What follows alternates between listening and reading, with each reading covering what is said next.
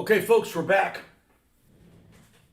And hopefully you guys don't get disconnected. If not, then I'm just going to start over again on my phone. But it's been a month, actually, to the day. It wasn't planned that way, but it's been a month since I've been able to use the computer.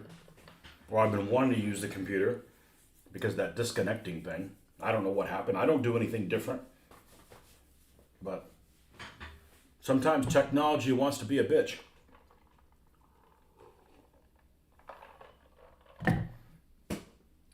Back to doing the building, and yeah, we got this. We got some stuff to talk about if the right people show up. We always have stuff to talk about, but if you don't like what I'm talking about, bring something up, and we'll talk about that.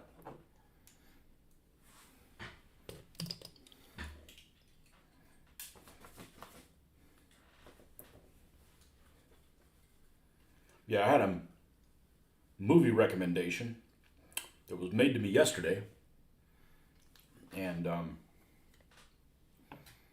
this morning I'm like, well, let's see if it's available to watch for free, and it was. It was on Amazon, so I watched it. I wake up early enough to watch a whole movie. Luckily, it wasn't a 2-hour or 3-hour epic.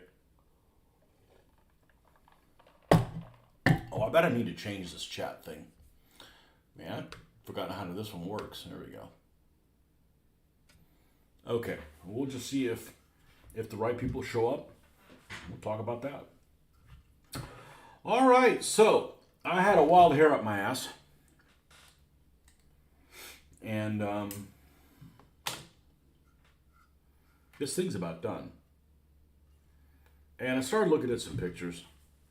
I started looking at some pictures of the grout, and I may try to get a wash in there and do some grout work. I don't know. I think I'm going to try it on a tiny little area. And if I don't think it looks better, then I'm going to punt and come back to it. So, but before I do that, I need to make sure that this building is equivalent to the other ones, as I like to say. So let's take this factory and set the factory here next to it. And other than the fact that we know that this one needs a black wash, like in the corners and stuff like that, we need to lighten this up a tad bit and weather some of the bricks. So we're going to do that. We're going to do that next. We're going to do that next, and we'll see if this coffee does what it's supposed to do.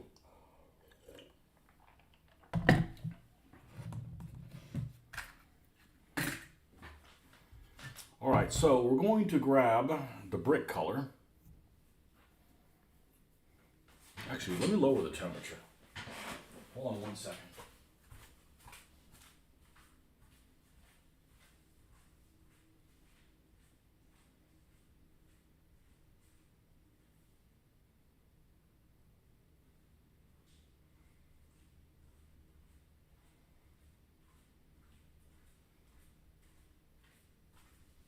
Hopefully the connection's still good, because one thing I noticed on the videos that I film on the phone, it's maxed out at 720p. Not that I'm doing any kind of, stellar work here that I don't know that I want to use. I don't want to lose that note. Let's move that off to the side.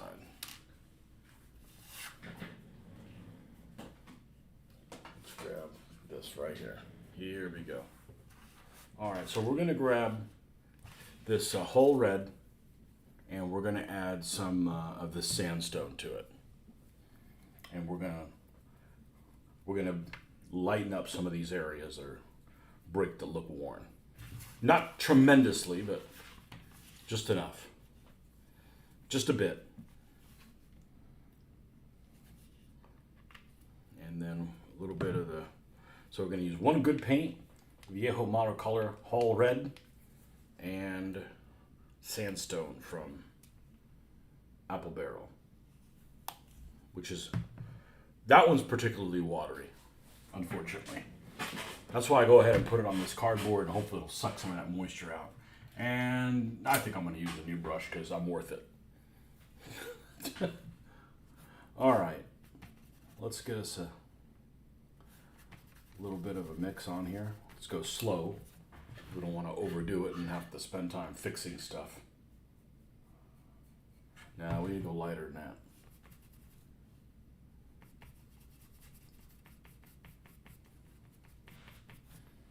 I guess if my feed doesn't look good, people will tell me. Just like they told me last time, hey, you're buffering a lot. I don't have those buffering notifications. I don't know what it was. But I actually had something happen either yesterday or the day before. As I was playing a video game and I was disconnected from the box, which I don't think it ever happened since we got it. There we go.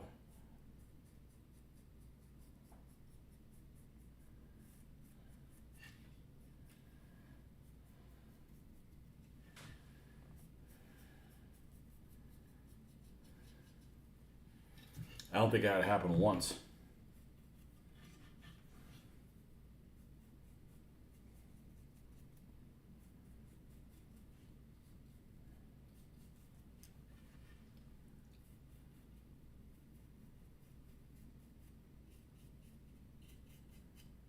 Because I've actually found this internet setup is pretty reliable.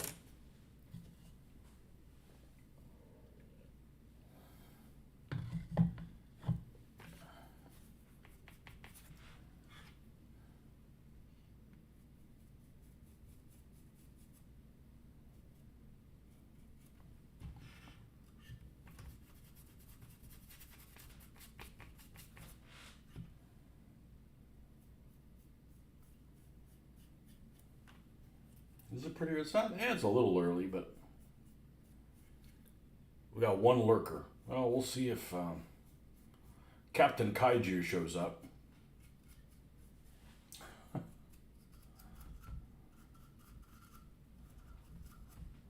So I can talk about his film recommendation and what I thought about it.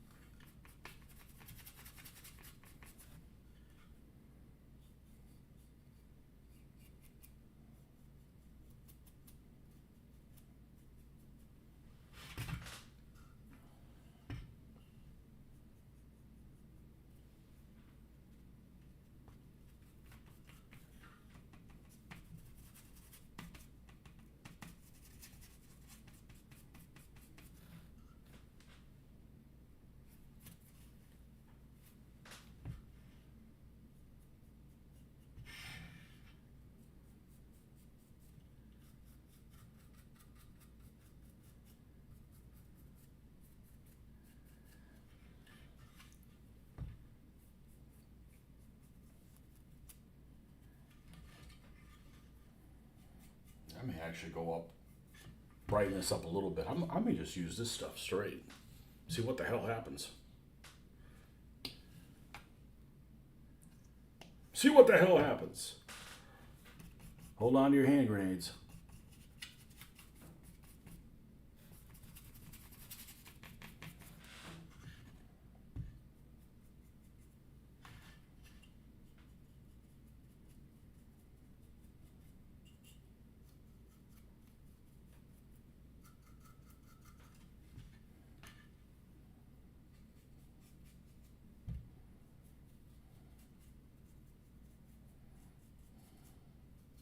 Oh, I did miss a spot. I need to do the gray at that lintel. It's there. It's at the top.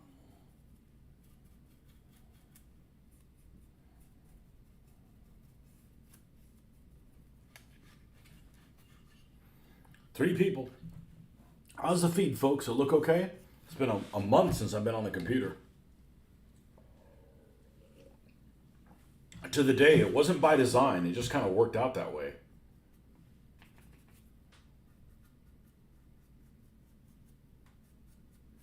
Who knows? For all I know, they were putting something together in the next neighborhood over.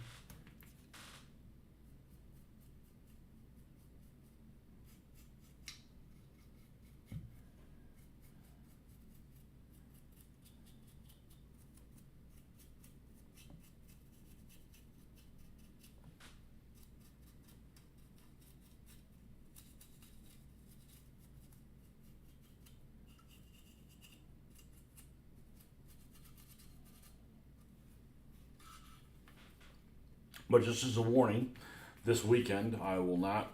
This weekend and next weekend. It's going to be 2 weekends in a row. There's not going to be a show. I'm going to be surrounded by salt water. So probably won't be until the last weekend in June. So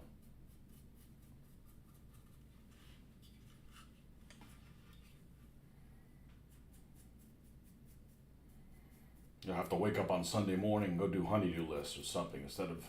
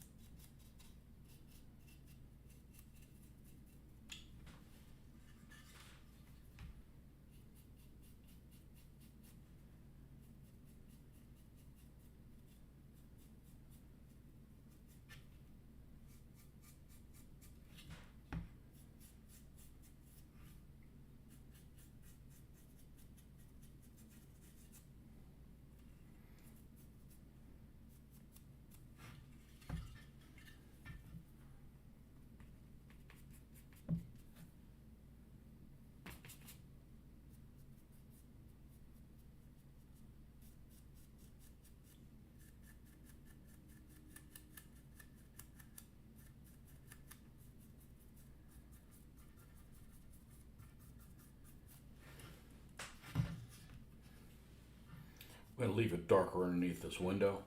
Figure if there's any drippings or anything like that, it would accumulate and stay wetter there. I don't know. I'm just brainstorming. I may add some green like mold stuff, very very lightly, but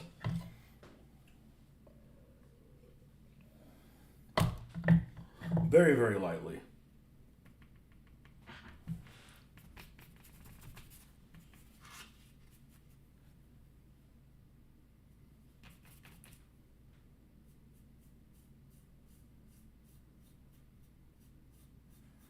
Yeah, I love getting movie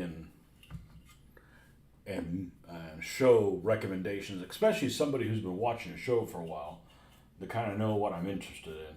So I don't want to just watch random stuff.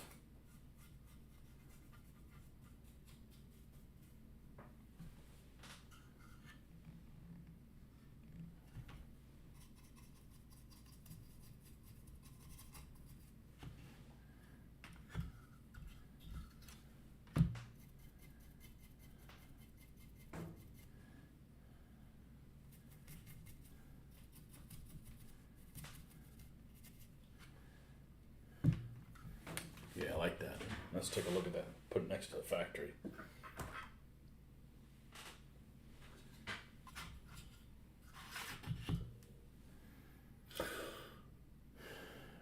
looks good.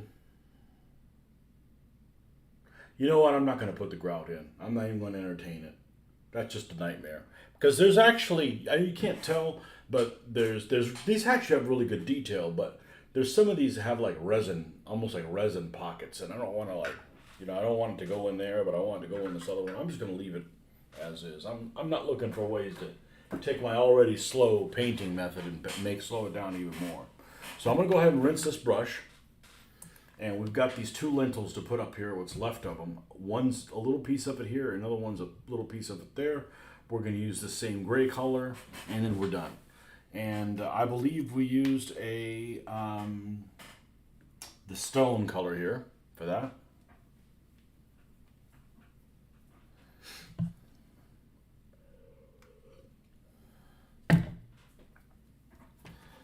I almost picked up my book on Audible again and started reading and having it read to me, but I didn't get around to it. Sometimes you just want to hear a silence.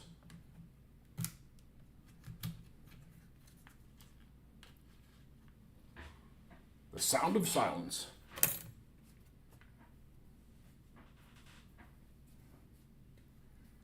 One of them hippie songs? Something like that.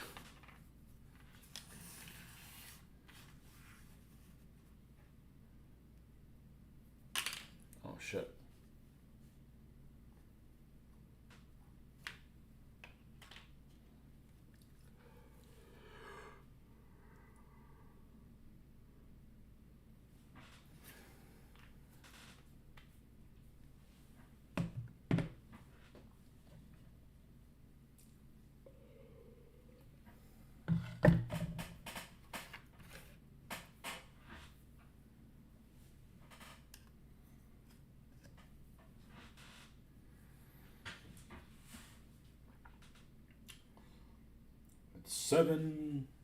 Almost 7:06. I tell you what, we're going to go till it's almost 7 o'clock. We're going to go to 7:15, and hopefully we can get the ball rolling. And if not, well, it's just not my day. And we'll just go on to something else.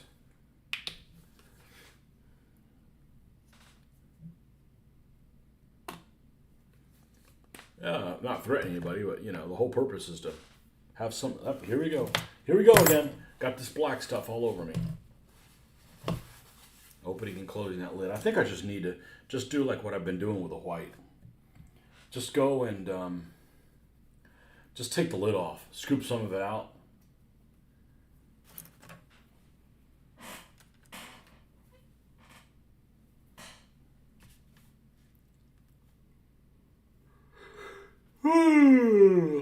See what happens? I'm even drinking coffee. Straight black coffee. Falling asleep.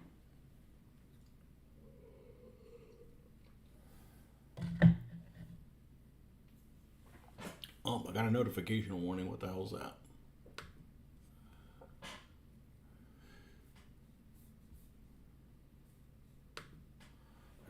Well, I'm surprised that I could have a bad connection today because it hasn't rained in like a month, and it rained yesterday a little bit last night. If you guys listened to the show yesterday, you might have heard that. But prior to that, it hadn't rained in like a month. So we certainly need the friggin' rain. We don't need a hailstorm or lightning or anything like that, but we could certainly use some waters from above.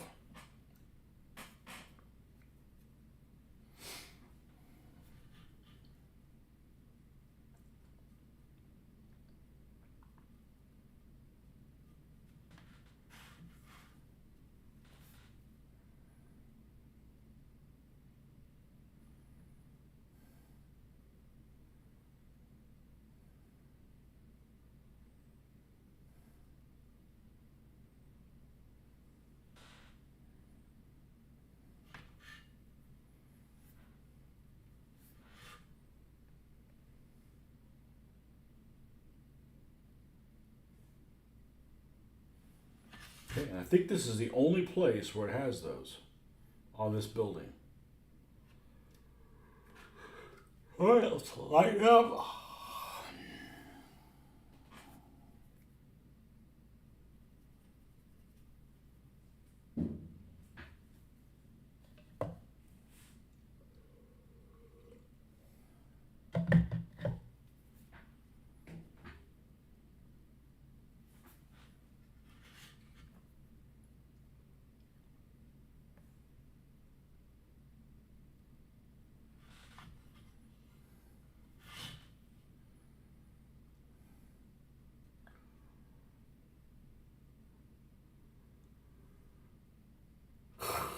Oh.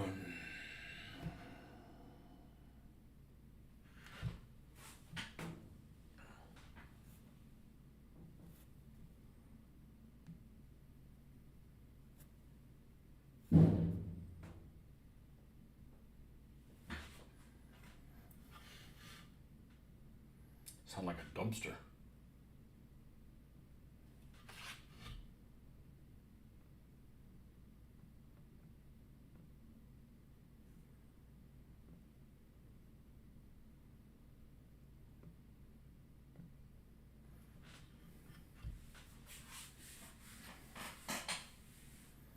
All right, now we'll add some white to it. Start bringing it up.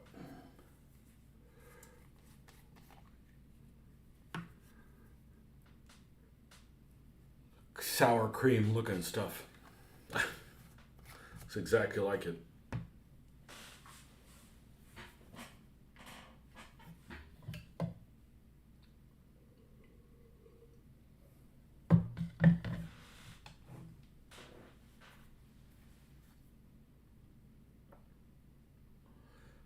Yeah, but we want to go back to this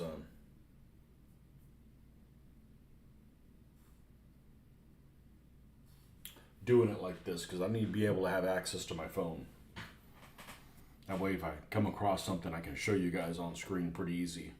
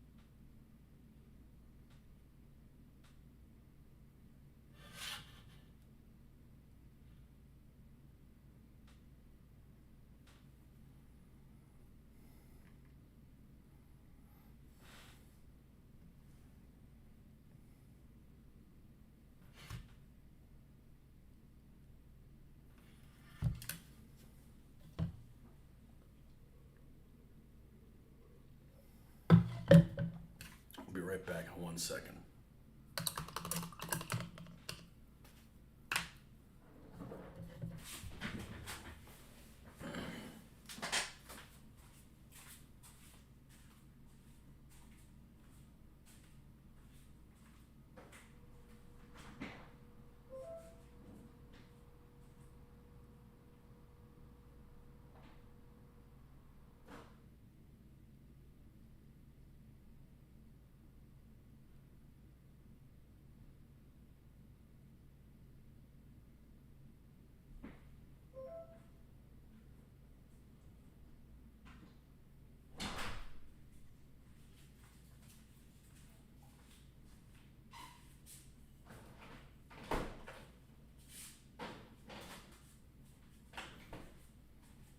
Yeah, like I said before, you guys have the power. You have the guys have the power whether or not it's a successful show. Because I'll just get bored. I'll just get bored.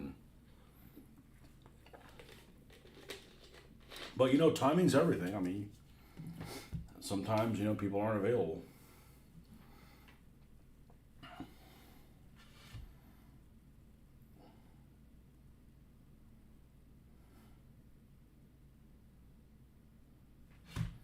Okay, a little bit more here.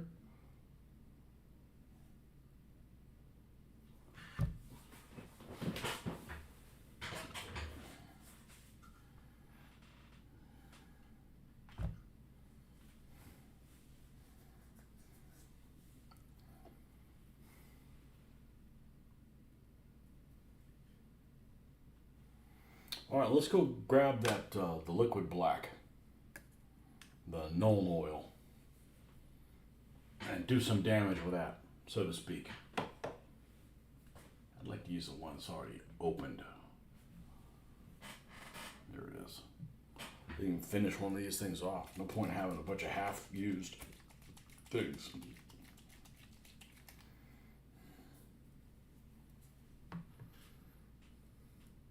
Mr. Luff, welcome. From a dry, sunny Northern Virginia. Man, it rained. I don't know if you listened to the show yesterday. We got the rain. We hadn't gotten rain in, I swear, 2 months. We haven't gotten rain since my daughter's birthday in May. Maybe just 1 month. And it's notorious. And whenever my daughter's birthday is, ever since she was a little kid, that's about when the rains start coming. And, you know, she had a couple situations where her birthday basically got screwed because that's when I decided to have thunderstorms.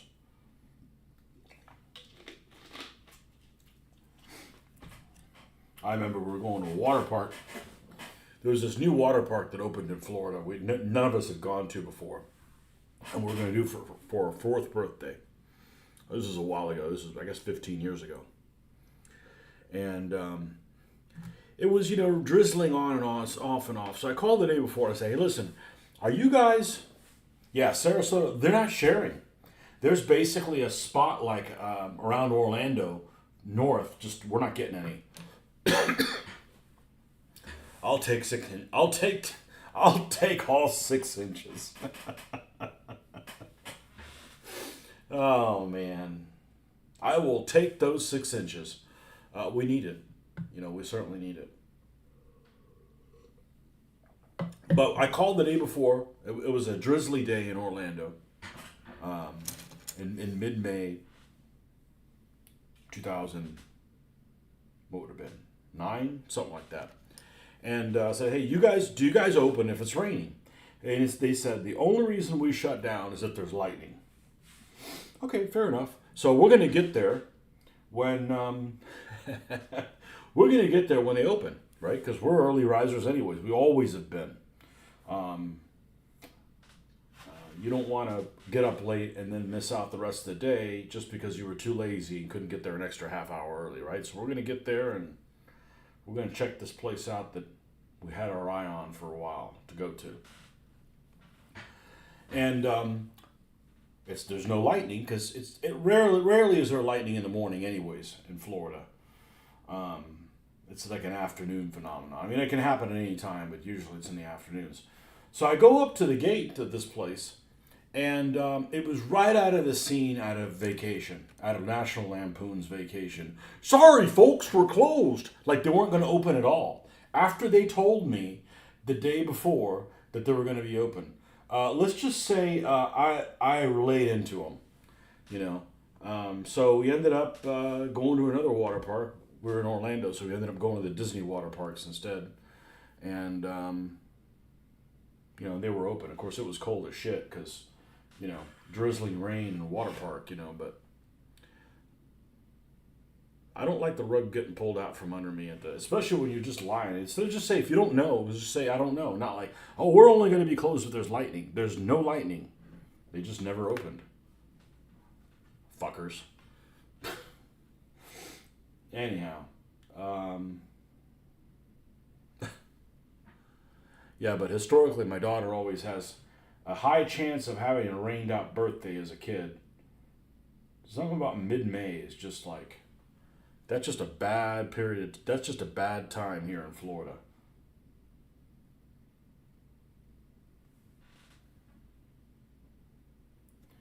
So now, hopefully, I'm not going to be. I don't think you're a weekend person. I could be wrong, David. But there's not going to be any shows this weekend because I'm going to be surrounded by salt water. At least that's what the plan is. So hopefully this rain that is coming out of the Yucatan headed this way will all be done by the time we get over there, because otherwise we're going to go right through it. And it's no fun to be on a cruise ship when it's raining, because, you know, it's no fun being on a cruise ship when it's lightning. Although it's not like it's a plane that's lightning.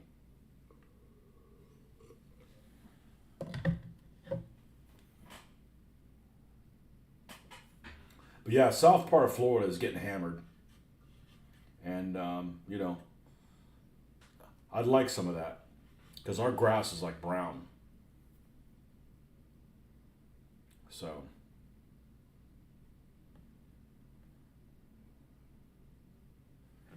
I don't know what's going on with this, but this just seems like this color doesn't have a whole lot of oomph. Let's change tack.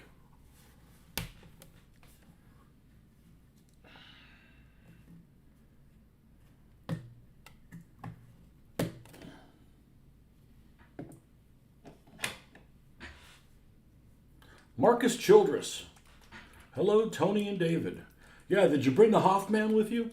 I need the Hoffman here, man. I watched a movie that he recommended yesterday. I actually woke up this morning and watched the whole damn movie. I had just enough time to get up there. So it was like the Tony and the Hoffman show yesterday. It was like the only one that was on. So, but he did do a movie recommendation. I took him up on it.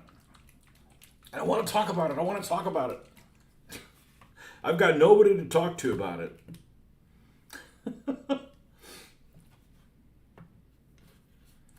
Ooh, what the hell is this? This is awfully watery. Oh, they might have reformulated this shit. Thanks for the heads up. Enjoy the cruise. I will once I get on it. As long as it's not like that one that we took a couple of years ago when you had to like pre-test for COVID, and then you had to test again there when you got on the ship, and then my wife dropped a false positive, and then it was a big deal, and we almost didn't go on the cruise. They had, it just pain in the ass. I don't like the rug being pulled out from under me. Which movie? The Wicker Man. He recommended the Wicker Man to watch. And I found that it was on Amazon for free. And I'm like, about an hour and a half, we can get this done. And I thought it was really interesting. But I don't want to, it was his suggestion, so I don't want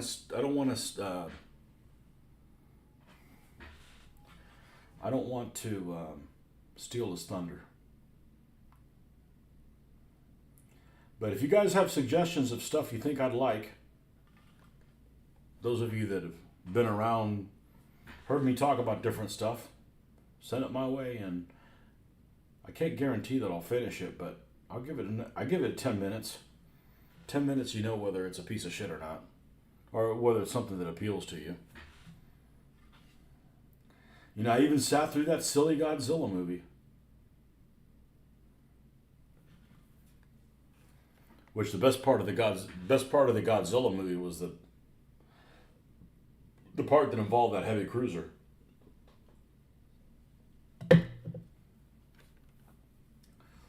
Stuff smell any different? I remember growing up in Fort Myers, the afternoon thunderstorms. Yeah, they're bad here.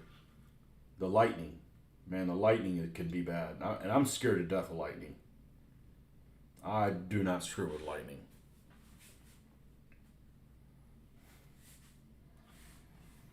Do not screw with lightning. Everybody's scared of something. I know many people that I would call them Billy Badasses, and they're all scared of spiders. Like a guy that's 50% bigger than me, he's scared of a little spider. Like, take a shoe to it, man. Move on. Like it's not a freaking tarantula. It's not venomous. It's just a little freaking spider, man. They don't even move fast, so like they can't get on you if you don't want them to. I don't particularly find them gross. They don't even eat stuff, right? They just suck the juices out of things. Like, try sucking the juice out of me. Good luck, Spidey.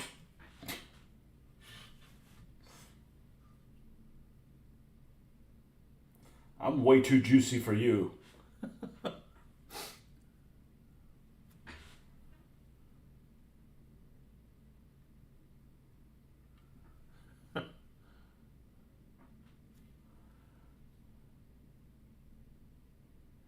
Yeah, we used to go to the Fort Myers area every 4th of July.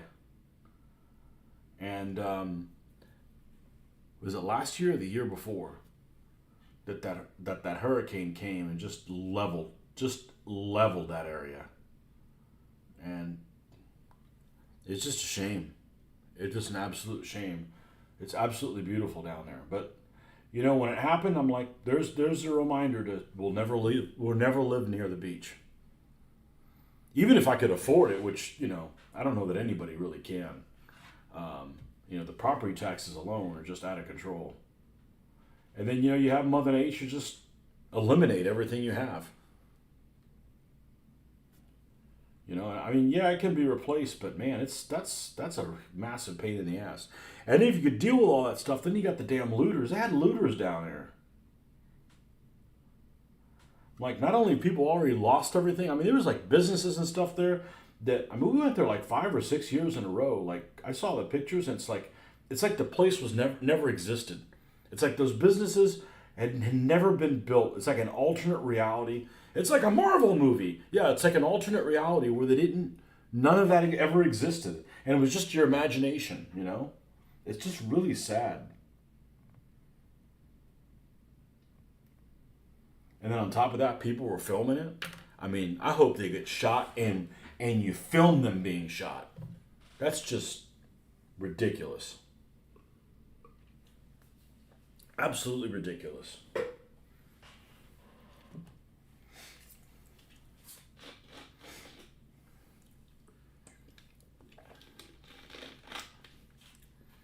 So, David, you're from Virginia, and Marcus is originally from Virginia, so it's 2 hillbillies to 1. No, Marcus says he's a hillbilly. I don't know. I don't think you're very hillbilly, Marcus, or you'd have never moved to New York City for a job. You'd be like, I ain't gonna put up with that bullshit, or you know, or however a hillbilly speaks in Virginia. Hillbilly speak.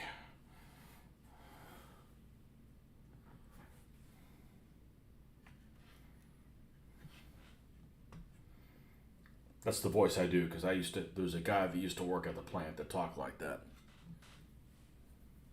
He had trouble opening his mouth fully. What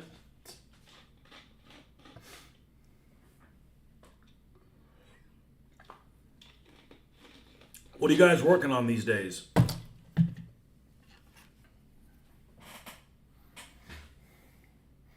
Marcus, you don't do breakfast for the family on work days too, do you?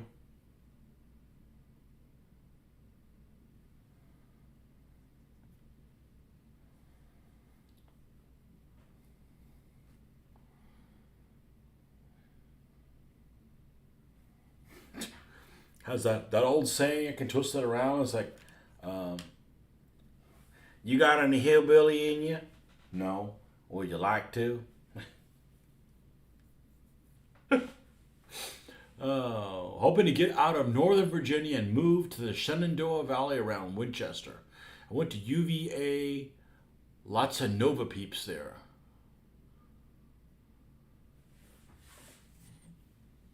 Northern Virginia. Yeah, traffic's crazy. You live around Dumfries and Manassas. When we drove up there, it's like, oh, Manassas hurts. I've been in the car so long, my Manassas hurts. Dumfries.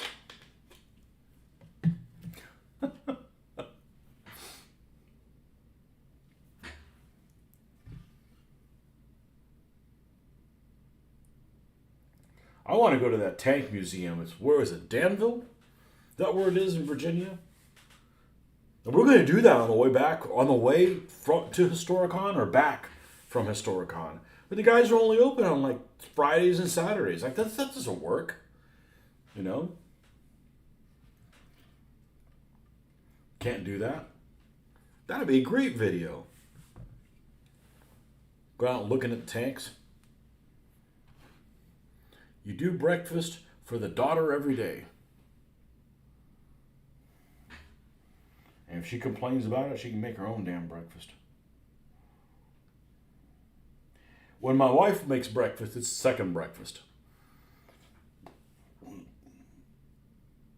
Because I'm having breakfast when I wake up at 5 a.m. I'm not waiting until, fill in the blank. Am I going to Historicon? No. No, I don't. I hate sounding negative. I may never go again. It's just too difficult to take time off. And you know, if I'm not going to run anything, I mean, the only reason to go to the only reason to go to Historicon is to now is to shop, and you know, I don't need to shop.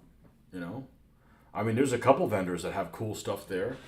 Um, Army Group Center has a bunch of this stuff. Stop at the U.S. Marine Corps right off 95. We're gonna do that. We were gonna do that, but you know, I know that we stopped one time in Fredericksburg, one time at Gettysburg.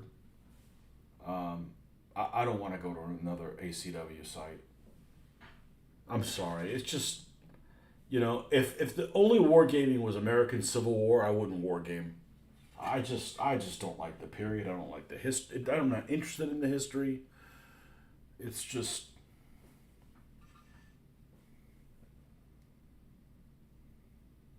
blah. None of my ancestors were here. You know, I don't have that tie-in. I'm sure that's a big tie-in to a lot of folks for the American Civil War. My great grandpappy on my mom's side, twice removed, was a Confederate colonel of the whatever. You know, I'm sure that's part of the tie-in. It isn't for me. You know, some friends that are located near Lancaster thinking of going, but not this year. Yeah, I had a friend of mine. I know I've talked about him before that I used to war game with here in person in the '90s, in the early '90s. Nobody seemed to like him except me. He was just kind of different. Um, but, you know, it wasn't like, you know, I don't know. I didn't have a problem with him. And I lost touch with him for a long time. And I tracked him down a couple of years ago. And he lives in Philadelphia. And I'm like, should I go to Historicon every year? Let's meet up there. And the year I suggested it was the year that COVID hit. And they didn't have it. And then I just lost track with him again. I tried to call him the other day. He's not picking up his phone, so whatever. He's one of these guys that does like he works with computers, so he doesn't want to do anything computer related when he's not at work. I don't get it. I'm like, yeah, I do stuff with computers all day. I do stuff with computers all day. I don't want to do, you know, I don't do fun stuff. So, you know, but I like playing games with people that I actually know in real life or that I've met. I don't want to just grab some random person and say, all right, I'm on this team. Who's here? Some, you know, some 8-year-old that's 5 foot tall with a 6 foot mouth. Like, I'm not interested in that shit. You know, I'm never going to, there's no honor code in there that'll disconnect and shit like that. But I tried to call him a couple months ago. He didn't pick up. I'm like, well, I guess he's got my number. If he's interested in dealing with my happy ass, I guess he'll call me. You find the smaller shows are better, easier to attend, and lower costs. When I was growing up, my dad lived in Hagerstown, Maryland, not too far away. Well, I go to the two smaller shows in Orlando, but that's it. I went to Siege of Augusta one time, and I'm like, well, this sucked. Like, it wasn't worth my time, you know. I don't have a whole. If I was retired, it'd be one thing, but I'm not. So it is literally a pain in the ass to take time off of work. It's like you get punished to do it. So I only want to do it if there's a damn good reason to do it. And honestly, going to Historicons is not a damn good enough reason to do it. And I actually didn't have a chance. You know, I wasn't going to go last year, and I didn't. And this year I was still kind of deciding, and then I didn't even know, someday in January I get all these notifications that, well, the room block sold. And I'm like, I didn't even know there was going to go up. So like I missed the boat. And I'm like, after I've stayed at the hotel once, I'm like, yeah, I'm not staying anywhere else. That's just too convenient. That hotel's nice. I mean, that's how it should be, you know. I don't want to stay in a hellhole. The hotel that we stay at in Orlando is a piece of junk. A year ago, we woke up in the middle of, on Saturday night. There was a freaking fire alarm went out and one of the floors flooded. Like, that's never happened, you know. So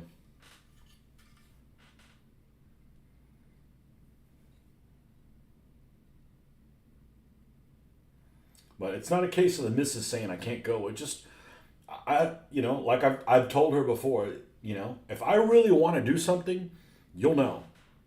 You'll know if I really want to do something. But if I'm kind of ambivalent, it's like, man, this isn't worth it. And after I didn't go 1 year, I'm like, you know, I went in. The COVID thing kind of threw everything around. I'm like, they didn't have it 1 year, so I didn't go. So because I went in 2006, the first time ever, 7, 8, 9, 10, 11, 12, 13, 14, 15, 16, 17, 18, 19. COVID didn't go in 20, and then we were back in 21, and nobody showed up to play DBA, and I'm like, why am I going to go through all this effort and cost? And but that long trip, I don't want to do that long trip for a convention. It's just a couple days, so the length of the convention is just fine. The cost in it, by the time I've done the math for the amount of splitting the room and everything, it's worth the cost. We had a good time. We had a good time every time. It just becomes is it worth it? Is it worth it for the inconvenience that I have to do before and after the show? And I'm like, nah, I don't want too bad enough. And you go and all the vendors. Do you really want to go to the vendor? Almost all the vendors are almost exclusively 28 millimeter stuff. Which, if all there was 28 millimeter, I wouldn't paint. I'm not doing 28 millimeter. It takes too fucking long. I'm not going to live long enough to have, as long as it's going to take me to paint something, to buy that stuff. I'll play somebody else's 28 millimeter stuff, but I'm not getting my own.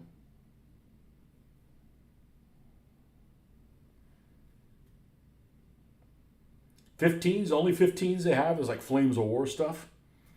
That's it. There's no historical 15. Oh, there's like one company that does Napoleonics or whatever. They have their own rule set or whatever. But the guys have that logo that has like a little penguin, like dressed up in as Napoleon. Wargaming company or something like that. They have a ESR, I think is the name of their rules. They have their own miniatures.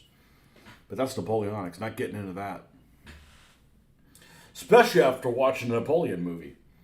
It's not like I watched a movie and like, man, I can't wait to get into Napoleonics. I'm like, fuck this shit.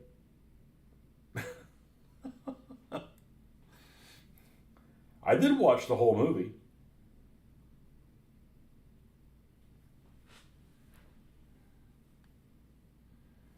And honestly, the worst part was the romance stuff. And not because it was romance. It was just, it was let's watch a movie about a pussy leader with it just didn't do anything for me. It didn't do anything for just about everybody either.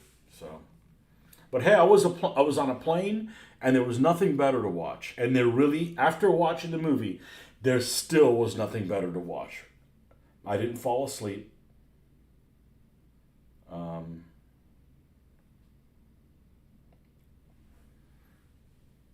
Yeah, there's nothing else I would have wanted to watch there.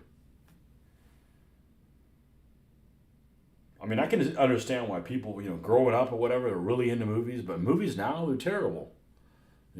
Godzilla plus movie was more historical than a Napoleonic movie. Absolutely. Absolutely. But the best part of the Godzilla movie was the Takao.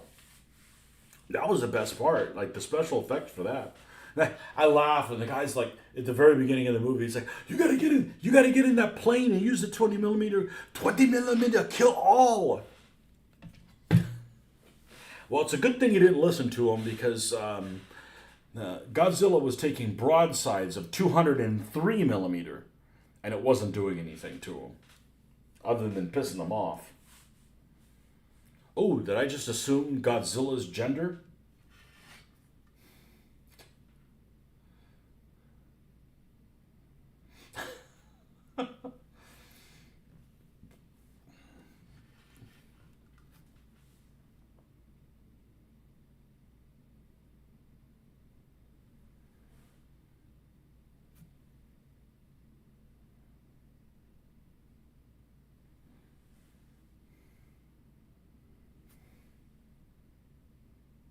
This one guy that I know had said something like, "I'm done with Hollywood. The budget of that movie, all they had to do is pay some guy, $1 million or whatever to do that." I said, some people would have given him advice on the battles for free. Not me. I'm not a Napoleonics guy, But people that are really into it, they would give him advice for free, guaranteed. Now you got to be careful because some people are, pushing an agenda, whatever it is, like, oh, we're going to make it like, this, that, or the other. But you don't have to pay somebody millions of dollars to give you, advice on a military leader. You know?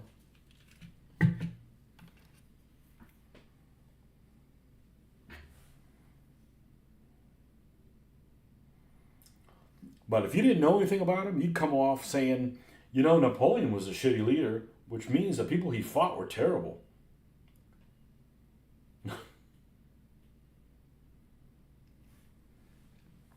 Which, may be the case in some of the people that you're talking about, but not all of them.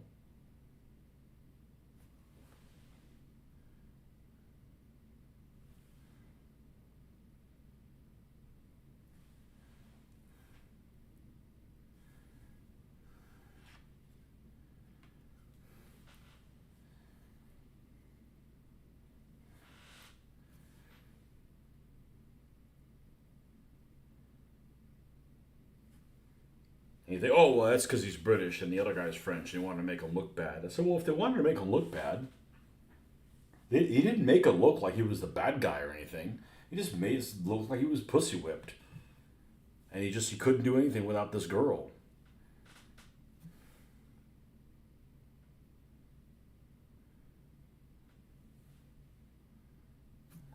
I don't know.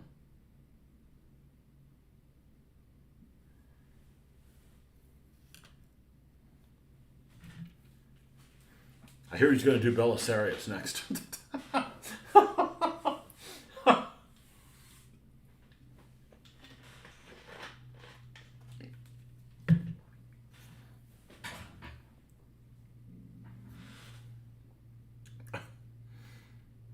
Movie about Belisarius. Like, please don't make any more historical movies. Just don't make any more historical movies. Just move on. Go to something else. You're steering too many people in the wrong direction.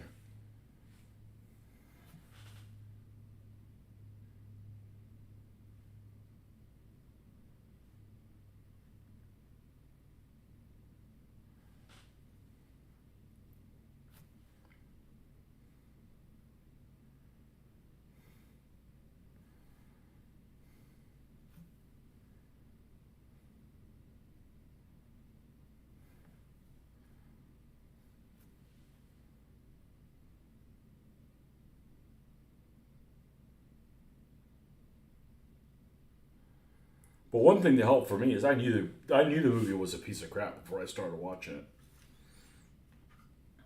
and I didn't pay anything for it, and I had nothing better to do other than fall asleep.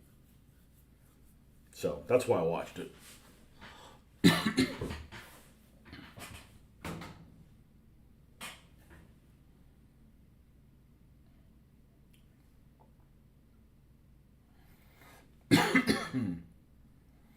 That's why I watched it.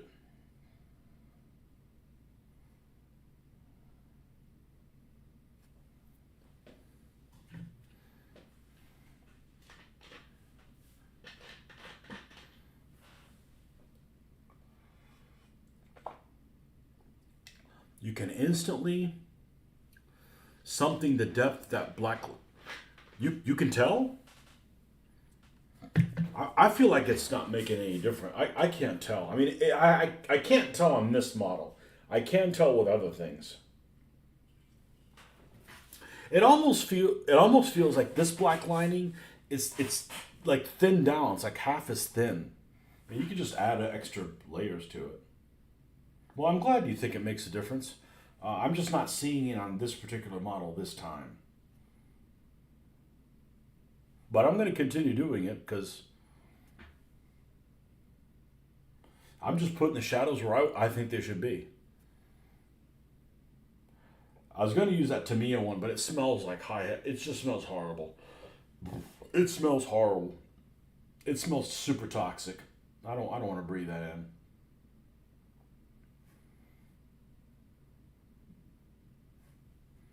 It's just an unpleasant smell.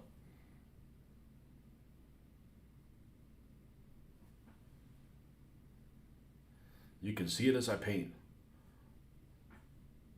Well, that's a good thing. I can't zoom in on the picture. I'm not smart enough to do that. I'm not smart enough to do that. I'm too lazy to figure out how to do it. That's just taking time away from me painting.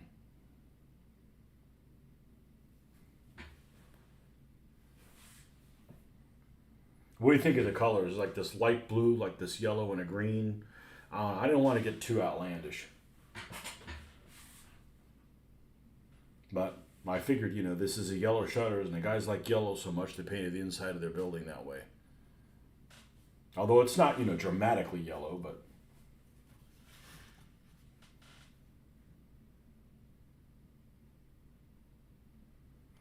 like a dark spot that was there behind the pipe, and the pipe broke.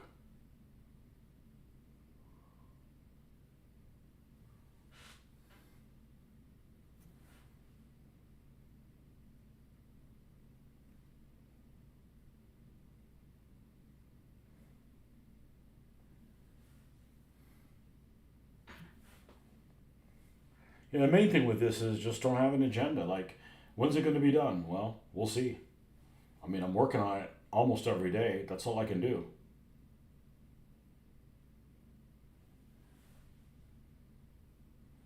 We got a little ways to go, you know. Nothing crazy, but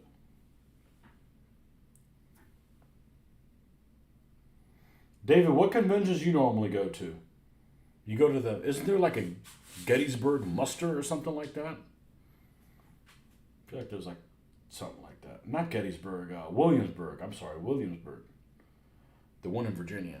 All the colors seem muted, which I think will do well. Yeah, I was thinking today I'm going to do a wash and get in the grout. I don't think I will. It's just going to have the undesired effect. I even look at real photographs. It doesn't look right. It doesn't look right that a recess is lighter colored than the outside. It messes with my brain too much. Which is a problem with like vehicles for North Africa. Vehicles for North Africa, have like sand and stuff on them. The sand goes into recesses, which should be darker by the style of my painting, and I'd have to make them actually lighter. I don't think I'd be happy with it. I've seen other people do it. I've seen real pictures, and it just doesn't look right. So,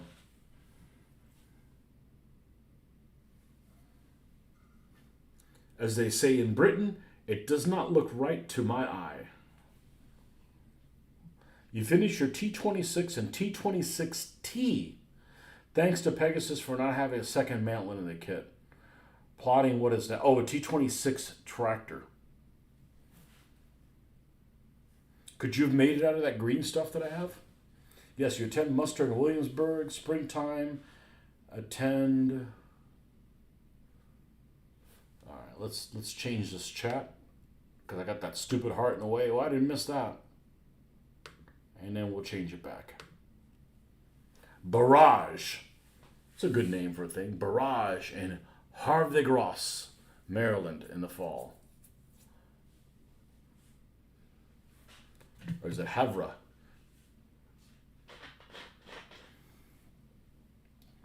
How do you pronounce that? Well, it depends if he's a quarterback for the Green Bay Packers. Favre. Havre.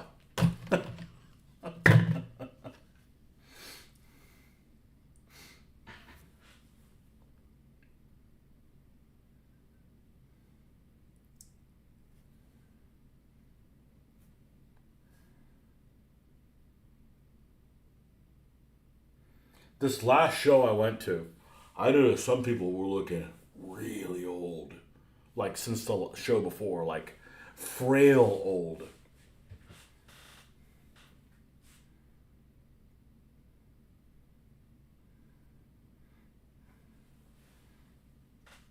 That's what happens when you stop eating. You look all frail and shit. You can't be all padded like me.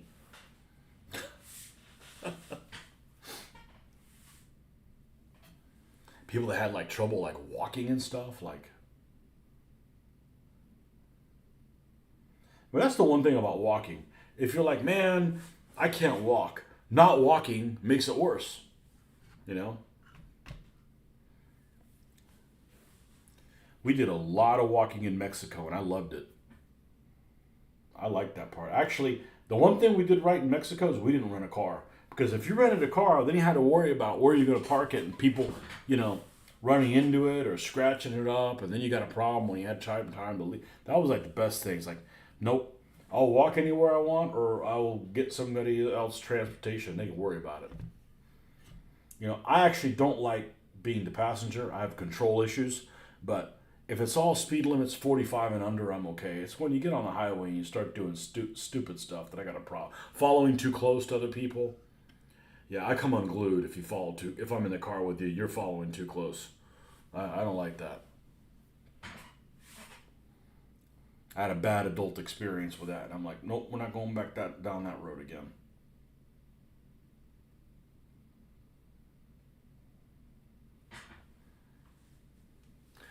Havre de Grace was burnt during the 1812 war by the British. That's a war that most people don't know anything about, including me.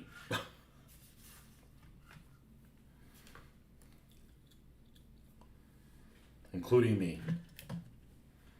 Yeah, that's the... Canada wasn't independent, right? Canada was Britain.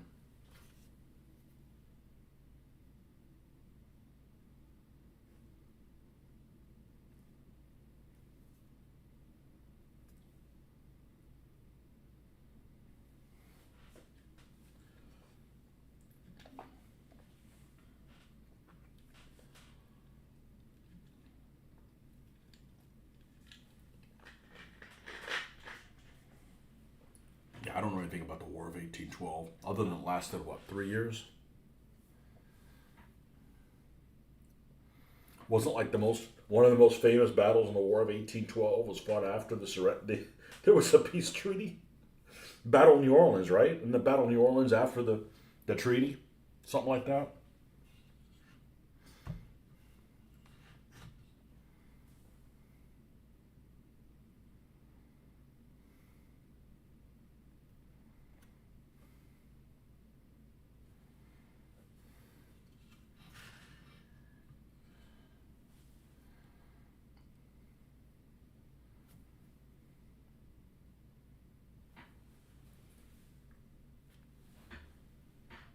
But don't listen to me. I don't know what the hell I'm talking about. Although I did get a look at that flag that's in the Smithsonian for the War of 1812. That was pretty freaking cool. And that was pretty freaking big. I mean, that flag is probably bigger than my house. It's close. I don't know how the hell that flew from anything. That is a massive freaking flag. That flag must have been 100 feet by 45 or something like that. That is just a colossal flag. You know, the one that's in the museum there in the Smithsonian, that's all torn to bits or worn out or both.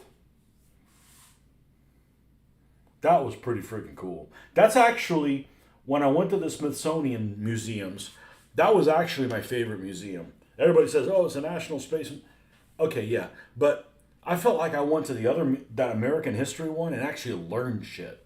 Like, you go to the aerospace one and you just reinforces stuff you already know. I went to the one of American history and I learned stuff I didn't know. You know, and that's pretty cool. Especially since I figure like I think I know it all. No, I don't. There's lots of shit I don't know, and that's okay. You know. But I really like that museum.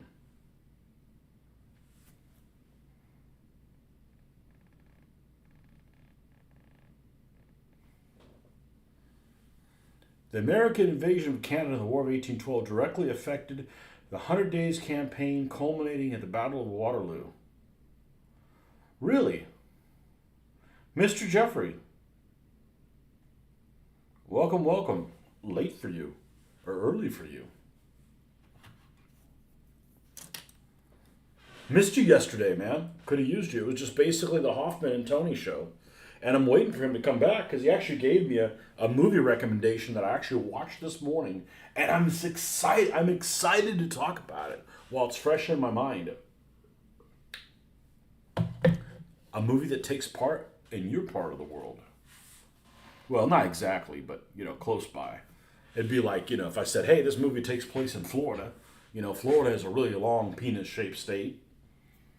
And you could actually be really far away from each other and still be in Florida, but it's still Florida, damn it. Then the British were able to focus on the U.S.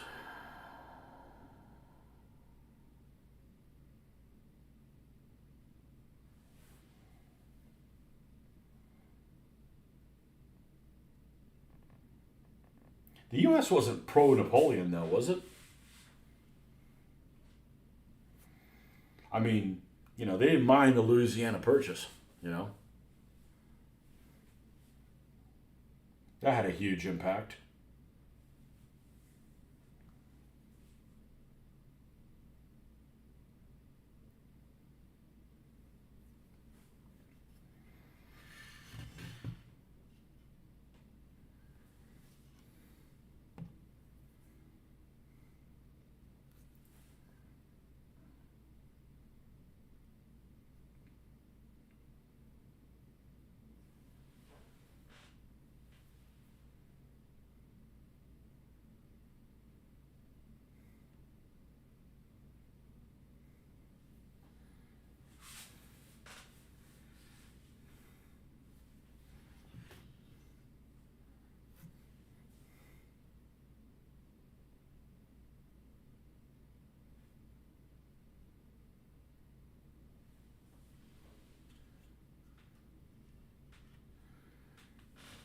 I wonder if there's anybody in Britain that just refuses to play the French and Napoleonics. I wonder if the hatred goes back that far. I understand why people wouldn't want to play, say the Nazis or something like that in the Second World War. Because they very well could have had a family member that they knew really well that suffered at their hands, or they never got to meet them because of something that happened. But this is another freaking 100 years before that. Well, and then some. Of course, I've never heard anybody not playing the Germans in World War One. So, but I have heard people like, I won't play the Germans in the Second World War. Okay, I get it.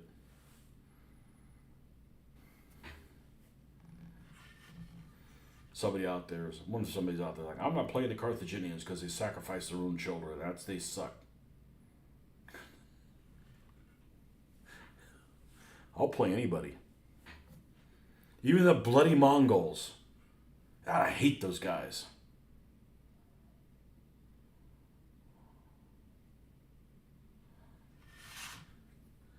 The bloody Mongols. They were assholes and didn't even have cool uniforms. Just like homeless people. Well, they kind of are. Aren't nomads homeless?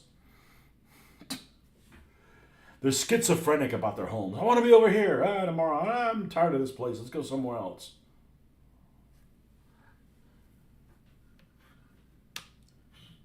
They don't know where they want to pitch their tent. After Napoleon's defeat in 1914, the best British units were sent to Canada to take on the U.S. When Napoleon escaped from Elba, the Prussians were supported by less efficient British units and allies. I see.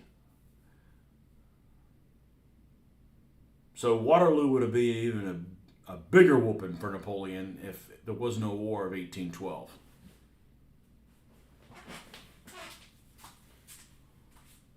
Well, a good portion of Britain's armies weren't British. Of course, you know that.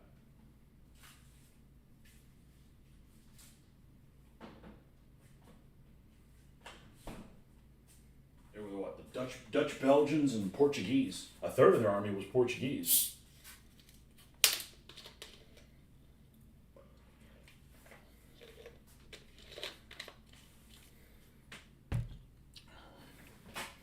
You think Napoleon was a bad guy? I don't think Napoleon was a bad guy. I think Napoleon was a better guy than Alexander the Great. And I don't think Alexander the Great was a bad guy. You know, power hungry? Sure. Acted like he's 4'9"? Sure. But, you know, evil? Nah. You know. Now, the one thing that did surprise me, and of course, you know, I wasn't interested in the period enough to look into it, but in that dreadful Napoleon movie, there's a scene where he kind of is trying to make a deal with, where he's trying to befriend the Tsar of Russia, and it sounds like they made a deal, and that the Tsar decided to renege on that. Is that accurate, or is that just movie bullshit? I hadn't looked into it. Because that would be cool. Actually, you know, they made Napoleon to seem pretty honorable, you know, which, you know, you kind of have to be, or nobody's ever going to make a deal with you again. You know, if you promise, hey, I'm going to do this, and then you don't do it the first time you encounter somebody, the next time you're going to make a deal like that, you think you're going to have a leg to stand on? No. The Americans were well disposed to the French following their help in the First Civil War, War of Independence. The First Civil War? The First Civil War of Britain, that would have been in Britain somewhere. That's more likely to be, what do you call that thing? War of the Roses? Or even before that. Barons' War.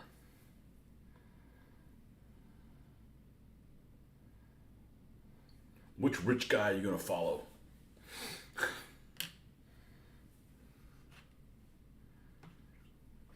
Now, here's a question for you. In the American War of Independence, AWI, did the Americans have, notice how I phrase that, I don't say we, because my people weren't fucking over here yet, all right? We're still Europeans. We hadn't gotten up from our siesta to pick olives yet during that time period. We're still making tapas, damn it. We can't get up at 5 in the morning. We're partying until 4.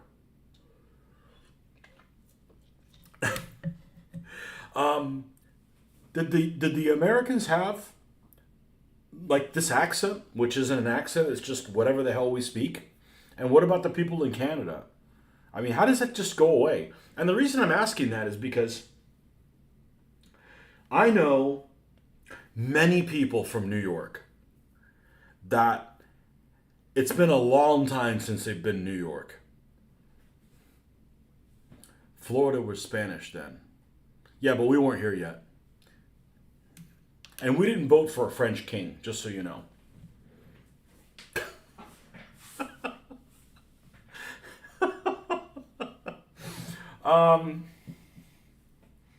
Yeah, I'm not a fan of kings with powdered wigs.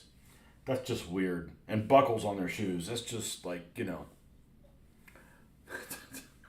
I can deal with the tights and the poofy pants, and that's it. I can't go any further than that.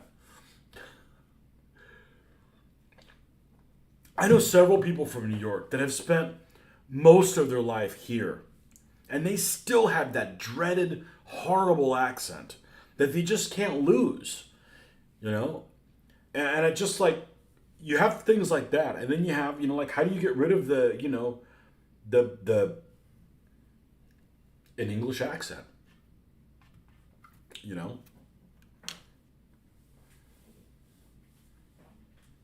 Like, what I don't understand is that people live and they don't lose their accent. Because if I went to wherever Jeffrey lives, over there in the northern part of England, southern part of Scotland, and spent a year there, I guarantee I would not talk like this. I would have created something in between. That's just the way I am, you know. I mean, I wouldn't speak full Geordie, but, you know, I'd understand it a lot better. And then when I moved somewhere else, I'd pick that up too, you know. But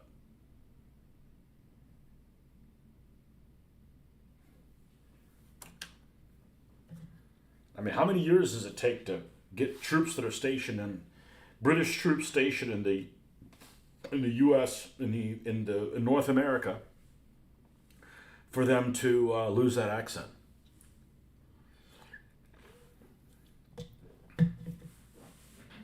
Mid-Atlantic accent. I don't know what I have. Hopefully, I have somebody that's easy to understand by all English speakers. You know, because there's some folks that are in the UK. I can't understand them. I can't understand them. And a lot of it almost completely has to do with not pronouncing the word. It's not their accent. It's that their word is in their manner of speaking.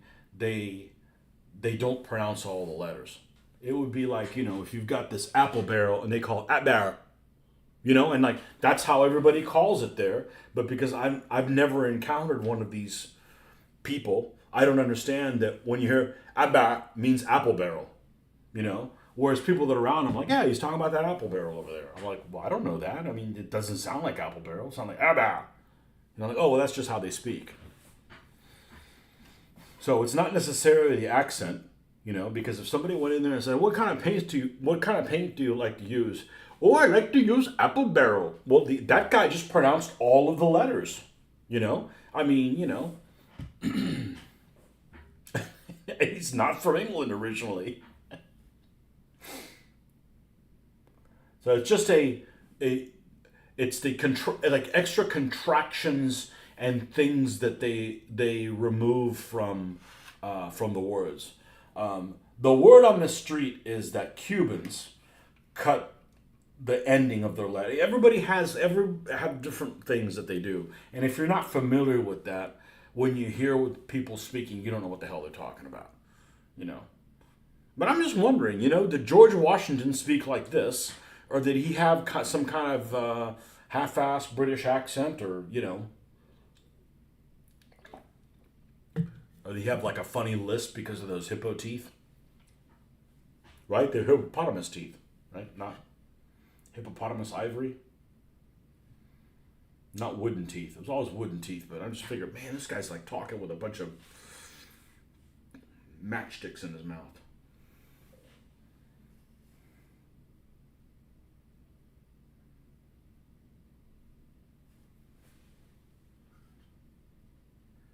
I was going to say something about accents, and I came across. Oh, this movie that I saw. Oh, man. All right, I'm going to tell you what it is, because maybe I'll get him to come on. So on the Tony and Hoffman show yesterday, we were talking about movies, which we almost always end up talking about movies. Not because I'm a huge movie watcher, but it's something that just about everybody has in common with. Everybody has enjoyed movies their life. So he recommended and said, have you ever seen the movie The Wicker Man? And I'm like, no, and I know that there's a version I knew enough about it that I knew there was a version that was redone with Nicolas Cage. And just knowing, since it's a Nicolas Cage movie, that's probably not the one I want to watch. And no, he's like, yeah, I watched the original one from me. I think I would like it. And I saw it was on Amazon. It's still available on Amazon. Amazon US anyways, because I think in Europe they play different things. You guys have access to things that we don't, and vice versa, even though they rotate or what have you. And I watched it this morning. And even though everybody in that movie has a Scottish type accent, I had no trouble understanding anybody. And I don't know if it was just because it's movies that are done in a different time period. Because I remember growing up, I watched lots of programming that had people with English accents. But it was like more polished English accents. It wasn't so, I don't know. I never had a problem. If I watched anything historical, the people in it had English accents. And they weren't always talking in RP. It just, I don't know, we just didn't have a problem understanding them. But, maybe there's just different characters that you watch any kind of programming, there's some folks that I just can't understand,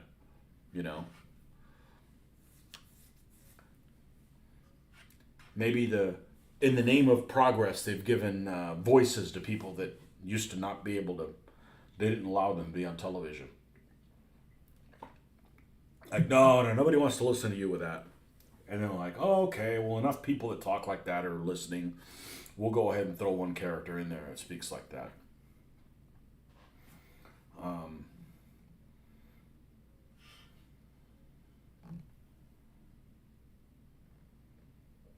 yeah, I had no trouble understanding that movie. I thought that movie was really interesting, but I don't want to steal his thunder. I don't want to steal his thunder. It started out like, what the hell am I watching? And then after a while, I'm like, this is interesting. But the biggest problem that movie had was the title. The title just gave away what was going to happen, unfortunately, because that's a hell of a fucking twist. And and that movie reminded me a lot of, if I had seen it as a kid, as a teen, it probably would have affected me. Um, because when you're a kid, if you're watching something that basically means you can't trust adults, you know, you usually think, you know, adults are like the voice of reason, right? Adults know more than, at least when I grew up, that's what I thought. And it's not like it's not like those kids TV shows that you watch all the time, like on, that you see all the time on like Disney Channel or Nickelodeon. They've got all this programming that's done for kids.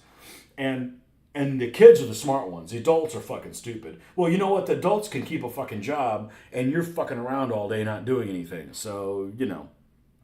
But anyhow, when I was growing up, you know, the adult male in the family wasn't an idiot, you know, and like, you know, he was the provider and stuff like that. And now, you know, now all bets are off. But if you're watching something like that as a kid, and you're thinking, man, every adult in this freaking town was basically pulling one on this guy, and they're all in on it.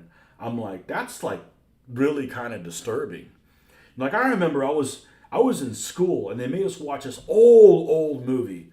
I think it's like from 1970. Well, I guess it's not that old, but you know, it was already an old movie when I saw it. I was like 13 years old. And the old movie that I saw was a black and white movie. I guess technically that counts as one of the white movies that I've seen. So maybe I am up to like 7 or so. I had a list of one time. All black and white movies watched by Tony. It's not like it's a long list. And this movie, most of you, I would bet all of you that are my age or older have seen it. And I don't know why you've seen it, but it seems like every time I bring it up, even my wife has seen it, and she doesn't watch this kind of stuff. And I don't know if it's I actually don't know if it's a long movie or it's just a, anyways, it's called The Lottery. Okay, and it's a black and white thing, and basically the plot of it is there's this town somewhere in America, probably near Salem or something like that, and it's shot in that time period. It's not like it's the 1700s. They basically have this right where, you know, everybody's got to, you know, pick a number, and that person, the person who gets the dot on the piece of paper gets stoned, you know, to death. Not like the kind that people like to do all the time now. Not the kind that stinks. They just get rocks thrown at them. And the way it's filmed is just really like disturbing. It's not really a horror movie, but just kind of like questions like, you know, what are, you know, can I trust anybody kind of thing. And if I had seen The Wicker Man at that age, probably really would have fucked with me. You know, now I'm like, you know, and I'm watching The Wicker Man, I'm thinking, here's another movie that could have been solved by one guy having one firearm. That's all it would have taken is just like give the police officer, the constable, whatever, a fucking firearm. That's it. That would have solved the problem. You know, Wicker Man, not really a horror film. I agree. If it was a horror film, I would not have liked that. I don't like horror stuff. Most of the locals on Summerall speak with a Brigadoon Scottish accent. It's easy to understand. It's really easy to understand. Just so you know, in case you were wondering, Brigadoon. Oh, yeah, Brigadoon.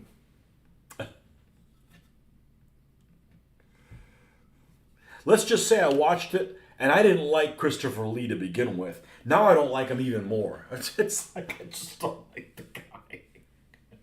I know he's a war hero and all this, and that's good. I'm glad that the good guys had him, or the better guys. No, the good guys. I'm not falling into that. Well, the victors write the history. Okay, you don't want the fucking Nazis to win. Okay, period. So I don't know what kind of evil shit you thought the British Empire was doing, but it's a lot less evil than what the fucking Nazis were doing. Okay, end of story. Move on. But I just don't like Christopher Lee.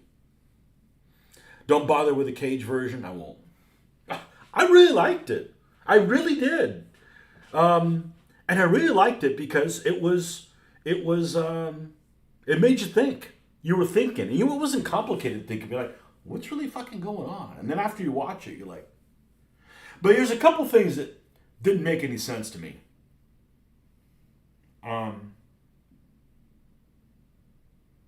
One of the things that didn't make any sense with him with it is if they needed that guy to be a virgin, why was Britt trying to seduce him?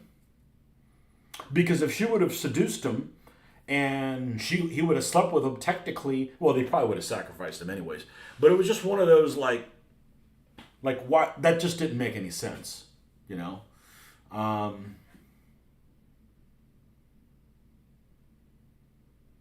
Yeah. So anyhow, um, I thought the nudity was unnecessary, but I thought it was pretty tastefully done. There's nothing really wrong with nudity, just depending on how you do it. It was just kind of interesting. It was actually a movie where I was like, hey, let's watch this with the daughter. She might like. I'm glad I didn't do that because it just, I mean, she's old enough. She's 19, but I don't want her seeing stuff that just makes you really think that there's a lot of fucked up people out there. And unfortunately, there's fucked up people out there. Maybe not to that level, but again, if the guy would have just had a firearm, he'd have been alive, or at least he'd taken 10 of them with him.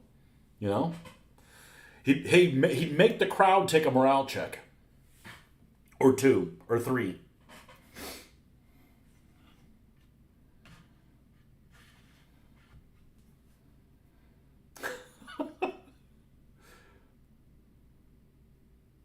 But I thought it was interesting. I first saw it like, this is really. I didn't like the singing. The singing was just like, oh, this is just painful. This is like Scottish bluegrass. Which I am not a fan of bluegrass.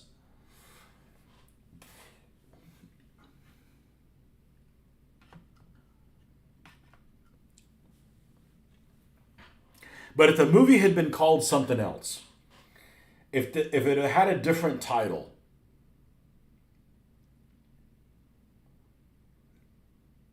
and I didn't watch the preview on purpose. I didn't watch the what do you call it? The trailer. I'm not watching trailers anymore on anything. They just give too much shit away. I didn't watch the trailer. Um, it it just gave away the ending. You know.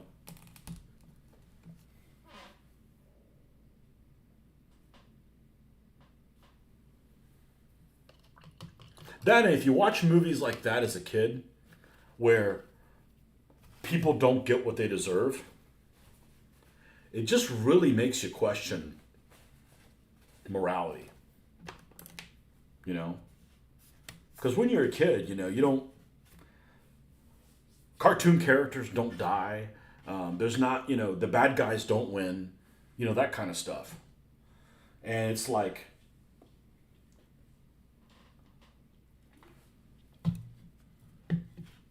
Anyhow, it was really interesting. It was really interesting.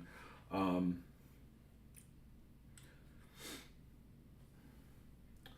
wouldn't watch it again because it was there's some just boring stuff in it, but you know,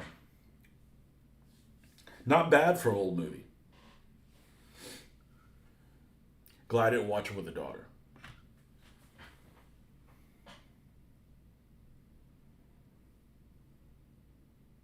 Okay, I think I'm not going to add the wash in the inside corners. That's sadism.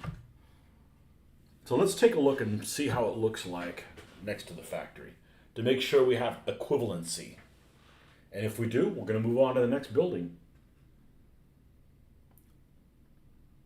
Looks good to me. Of course, it's not sealed. None of them are sealed yet.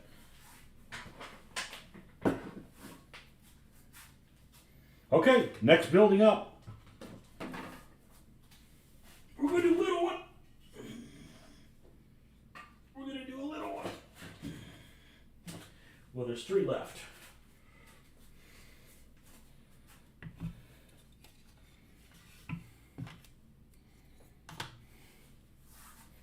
Wait, what's this? What's this go to? Oh, this is the corner house. All right, we're not doing that one. Okay, I thought this was the little one. This is really complicated. This is the one I had to do a lot of repairs to it.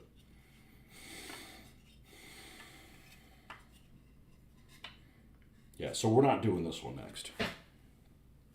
That'll be the last one I do. Okay. This little thing goes on one of them.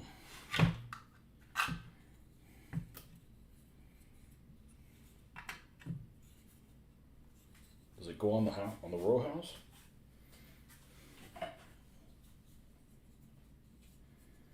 It does. Okay. All right, that goes with that. So, both of these have block. Big block. This one has a huge fucking sign. Do the one with the sign first. And smaller.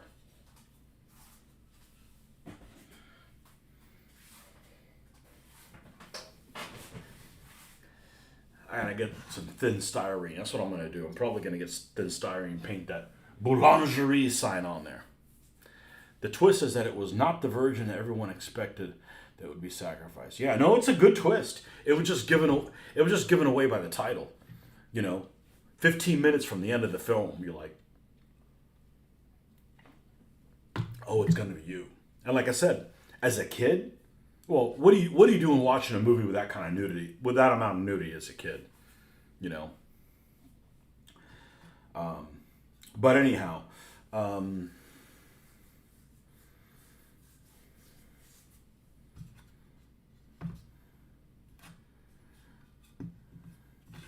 yeah, I know. I like the plot twist. Like that movie that I never saw. I did see it. I found out what it was about before I ever saw it, and that's that movie, The Village. If I had seen that, I would have been like, what the?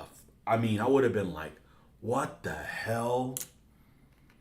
But I already knew what the twist was before I watched it. And I'm like, oh, because that would have been an insane movie. You know, because I like those kind of twists. Like the twist in the first Saw movie. I didn't know it was going to have that kind of a twist. I was like, holy shit. You know. Holy shit. Yeah, I like that kind of stuff.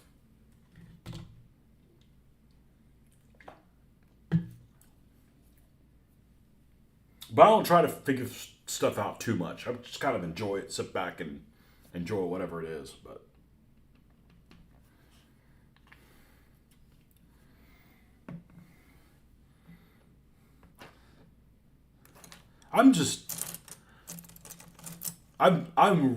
I find it very strange. I find it very evil and creepy. No matter what the religion, that people would sacrifice a living thing to a deity that's strong enough supposedly to create those living things. It's like, and somehow that's like honorable. Like, I will sacrifice this whatever for you, my God. And like, wait a second, isn't the God powerful enough to create this own thing and created all these things? So who the fuck are you to destroy one of his creatures in the name of pleasing the person who created it in the first place? I just wouldn't make a very good fill in the blank, you know? It just doesn't make any sense, you know? It doesn't make any sense on that level. Like, you're killing something to please somebody that's all powerful. Well, if they're all powerful, let them fucking kill them, you know? I mean, and if they're all powerful and they created all these creatures, who the hell are you to destroy one of his creations to supposedly make him happy? You're angering them, you know? Brett Elkland had a body double for the nude scenes. Well, her body double was good looking too. Oh man.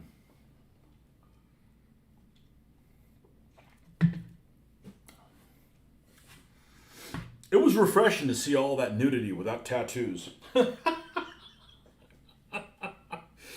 Oh man. I remember the one movie with nudity that scarred me. Scarred me is probably not a very good terminology because I was already an adult. So I was already kind of set in my ways by the time I saw it. But that's Caligula. And I'm like, holy. Actually, there's multiple versions of it, supposedly. And I wouldn't mind seeing it again just from a standpoint of curiosity, but I must have been like 20, 21 or something like that when I saw it. And it was like watching it with a bunch of other dudes. It was like at some party or whatever. We had it on. I think there was probably girls there too, but one of those college parties. It was like 4 guys for every girl kind of thing. No target tat.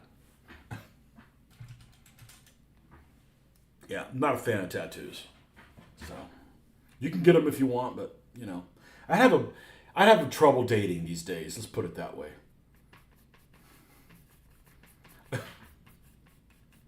I was in Canada and this older lady came in and we were talking about something in the elevator, and she says, "Oh, so you're conventional?" Yep. I am not a lithium battery operated joker. I am conventional.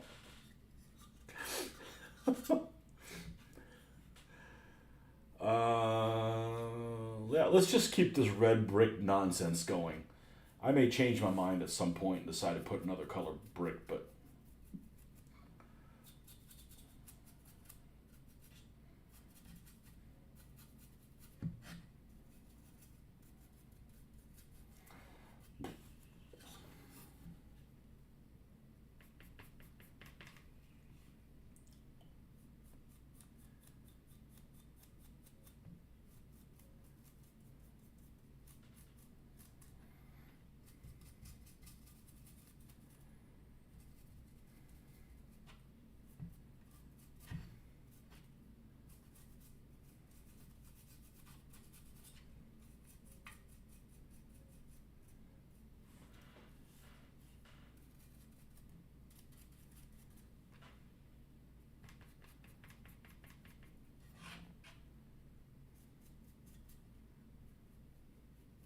what's the point in using a body double for the nude scenes if everybody that's watching it doesn't think you're using a body double and thinks it's you? Because I'm sure everybody's like, "Oh man, she got naked foot." Nobody's out there saying, "Oh, yeah, they got to use the body double for it." Like, be like, yeah. I mean, maybe now when you have access to all that other kind of stuff and you can find out the juicy details and stuff like that. But in the '70s, you just took things for what they were worth. You know.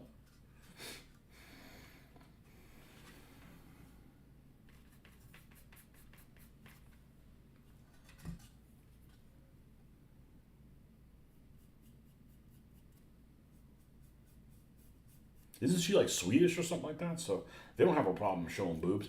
Boobs aren't a big deal. I'm not puritanical enough to think like, oh well, you got to cover up at a beach. I'm fine with topless beaches. I mean, I wouldn't go out of my way to go to one, but it's like it's not that big of a deal. They're on statues. You know, I don't even mind looking at them. Body double better looking. Okay. Well, the body double looked good. There's no doubt about it. But I was wondering, like, what was she trying to do to seduce him? Then the guy wouldn't have been.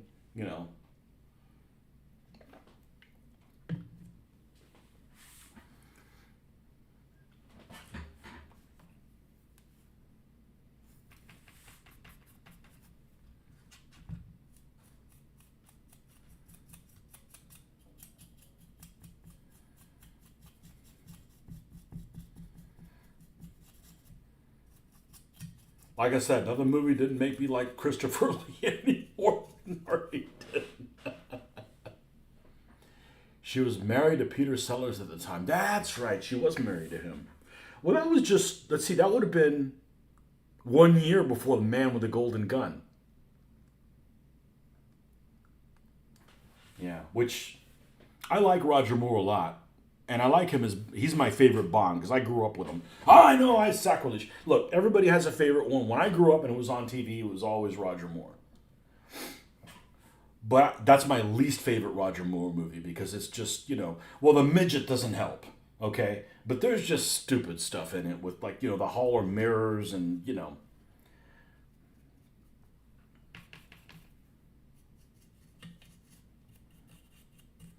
The character she played in that was just really dumb, though. She was like Ursula Andress in the first one, just like a dumb bimbo. Like, make the girl intelligent. Intelligent girls are hot.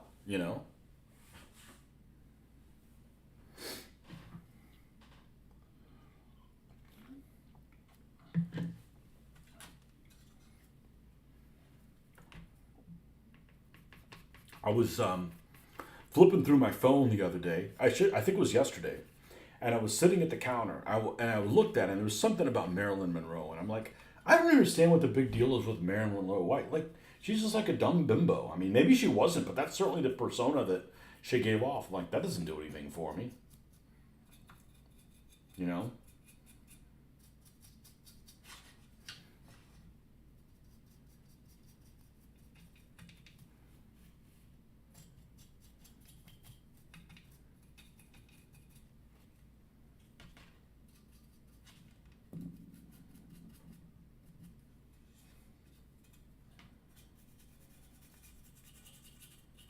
To each their own, I guess, but I don't even like being around dumb people. My least favorite James Bond movie. Is it the worst one? The midget doesn't help. Um,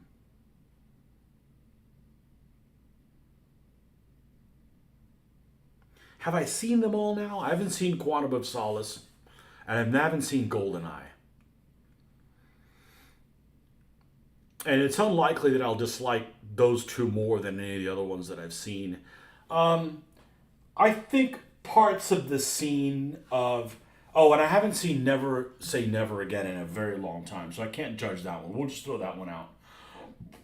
I would say that Diamonds Are Forever has some of the worst parts of it. I mean, Moonraker's good up until the Star Wars shit, you know. Um,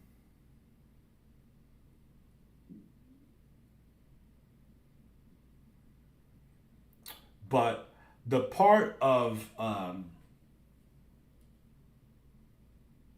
Diamonds Are Forever, where he walks into the room and then there's the two girls and they proceed to, I don't know what the hell their names are. One of them is like Honey Bunches of Oats and the other one is like, Cookie Crisp or something. And they go to fight, and they go to fight him. And it's just, I mean, I didn't watch Kill Bill, but the first 30 seconds of Kill Bill is stupid like that. And I'm like, I never watched Kill Bill because it's just ridiculous.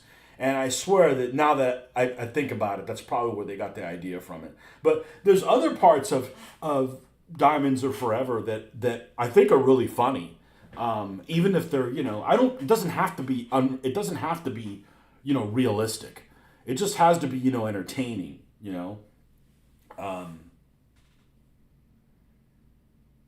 but everybody has good movies. Everybody has bad movies. And I'm a member in a lot of the Bond groups, and they're just, everybody has a favorite movie, and this is the. Oh no, looks like I've ruined it. What did I ruin? Except for the soundtrack, Live and Let Die, not good. I love that movie. I think it's great. Um, First of all, it's one I grew up with. Um, for $20, I'd take you to a Ku Klux Klan meeting. I think Yafet is a great villain. I like him as an actor, anyways. I think Yafet is excellent. Um, of all the villains that they had, I think the best one, and the movie wasn't good. I think Christopher Walken is a great freaking villain because he's basically a loose cannon. Like, you don't know what he's gonna freaking do. So I thought that was a good. That was I like Live and Let Die. Yeah, I remember that. I would catch that one as a 10 or 11-year-old kid. It was on TV all the time. And I had really strict um, sleeping schedule. So I never was able to finish like watching it for the longest time. And one time I sat up and I was really spooked by the 7 Up man stuck on the train, that he survived and everything. I like that. And man, what's her face? Man, she was hot. Whatever her name is. She looked great in that movie. Just saying.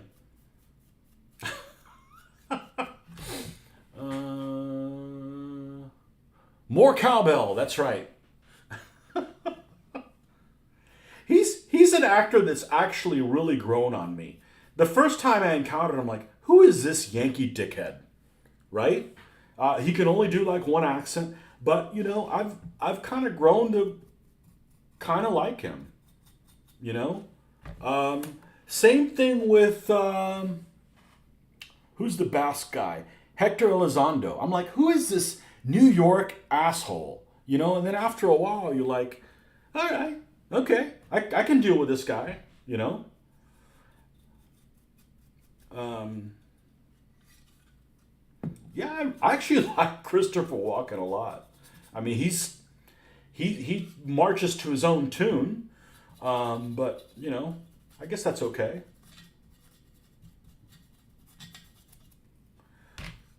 Um, yeah, everybody has their favorite Bond. This, that, and the other.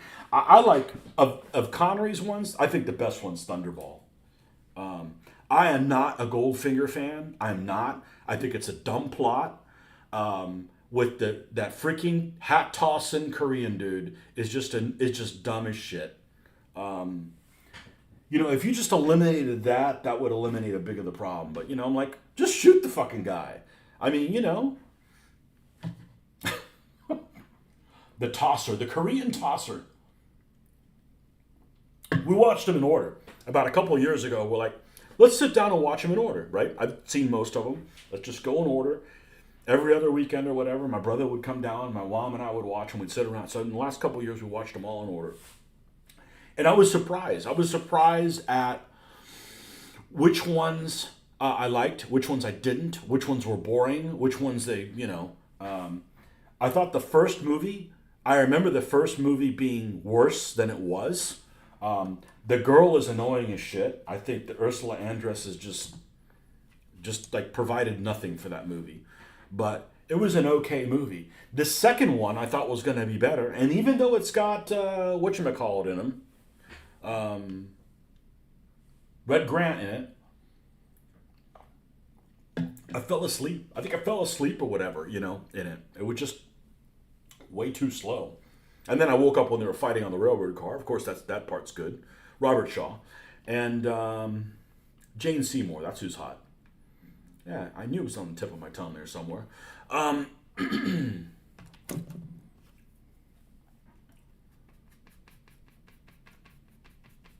My favorite Bond movie I've seen, it's probably the submarine one.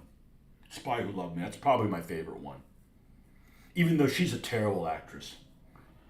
I think she's a terrible actress. Some pretty girl that just sits around going, that's not acting. That's like you forgot your fucking lines. That's probably my favorite one. Because it has the whole Cold War thing going on for it. So. But I like most of them. I can't say that there's many of them that I'm like, this is just a trash movie. Although I think Telly Savalas makes a terrible bad guy. Live and Let Die was the first Bond film I saw in the cinema. Barbara Bach was married to Ringo Starr. She has the title... Is she still married to Ringo Starr? Yeah, even I knew that. She has a title, Lady Starkey. Yeah. I think she's a terrible actress, at least in that movie. But at least she looked like the part, Terrible. No, terrible's too strong. No, she's not a terrible actress. She just, well, who knows? I mean, she should have been okay and just had, they wrote the stuff for her like bad.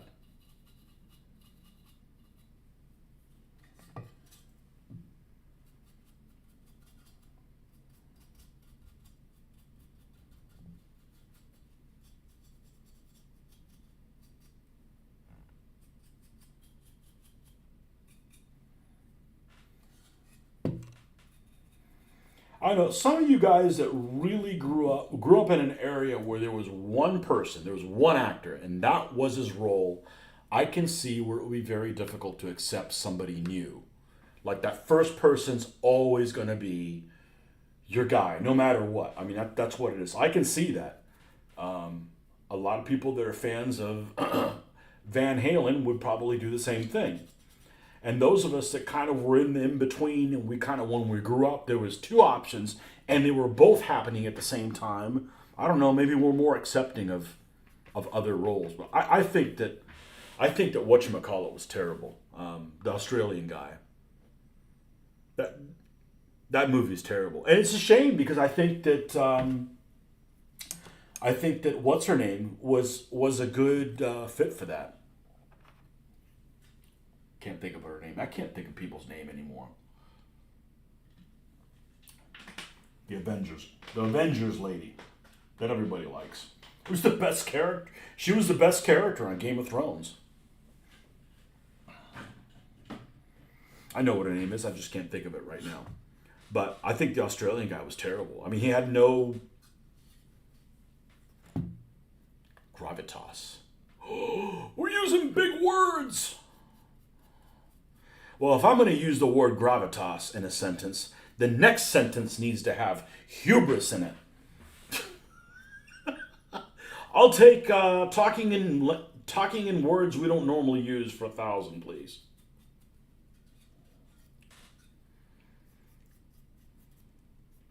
Well, I don't know how the hell I'm going to make this look like something that could be Russian and French at the same time, but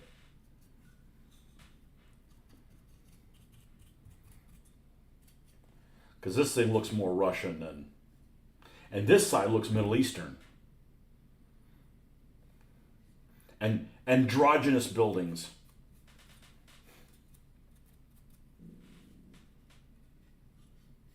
Diana Rigg, yeah. Everybody likes Diana Rigg.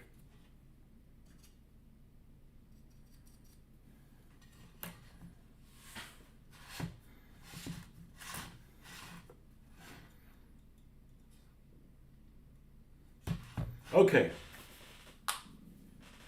The bottom.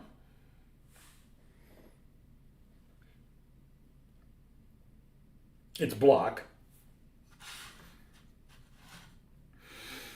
I don't know that I want it to be gray, gray, gray.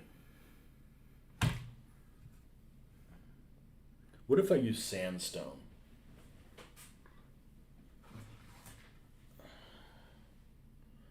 What if I use sandstone and went up from there? Fuck it, let's try it. What's the worst that can happen? I have to repaint something that doesn't have a lot of detail to cover up to begin with.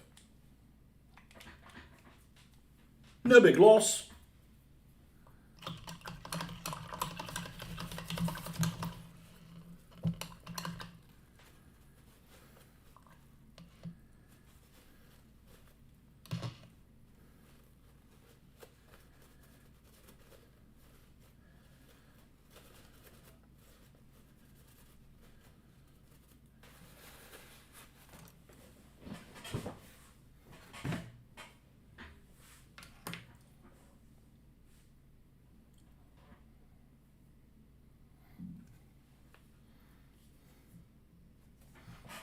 Secret agent on whose side?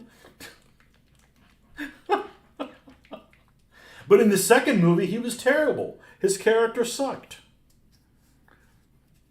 I don't know. Sometimes you appreciate things as a kid. You know, I'll be honest with you. Like if I watched this first Star Wars now, if we all watched the first Star Wars in our 50s, would we be fans of it? Probably not. Be like, what's this bullshit? You know? So there's a sense of like, oh, I'm gonna get that all over me. There's just a sense of nostalgia that, you know, can maybe help you appreciate things that you remember as a kid, and that if you'd seen them the first time as an adult, you'd be like, that's just garbage, you know? And a lot of it is what you watched and who you're watching it with. Because there's things that I've seen with the right people that makes them so much better. You see something with the wrong person, and it's like, this is just garbage.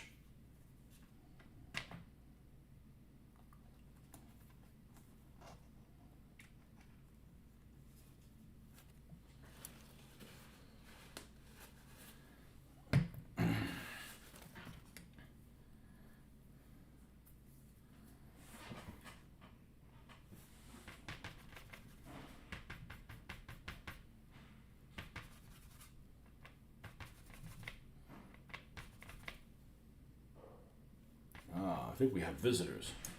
Just a moment. Yep. Do you hear that? Or somebody's coming breaking in. Just a moment, folks.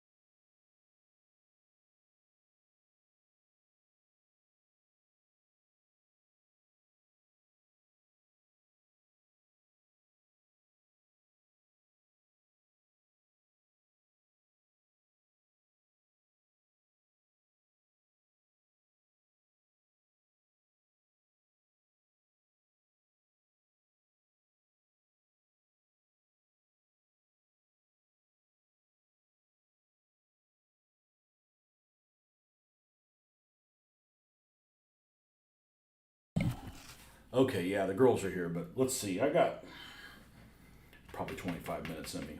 We'll play. We'll play. We'll play. We're not playing anything. We're playing. We're playing Painter. Um, yeah, through 9. So let's. We're gonna start with the sandstone color, which of course is. I'm gonna actually have to add. Now here, I wouldn't mind actually doing the grout color because it's big. Doing grout through here would just be a nightmare. So I'm going to go ahead and paint all of this, even if we might change our mind a little later. I'm going to paint all of this sandstone color. I just don't want it to be like, I don't want it to look like concrete. I want to have a little bit of something other than gray in it. And I'm pretty sure this is going to be one of these buildings that's going to look like crap the whole time I'm doing it until we get to the very end. You'll be like, oh, there it is. And that's one of those things you just have to stick with it and not just, oh, we left some of the whole red on there. That's an interesting color. and not get discouraged. You know, stay the course.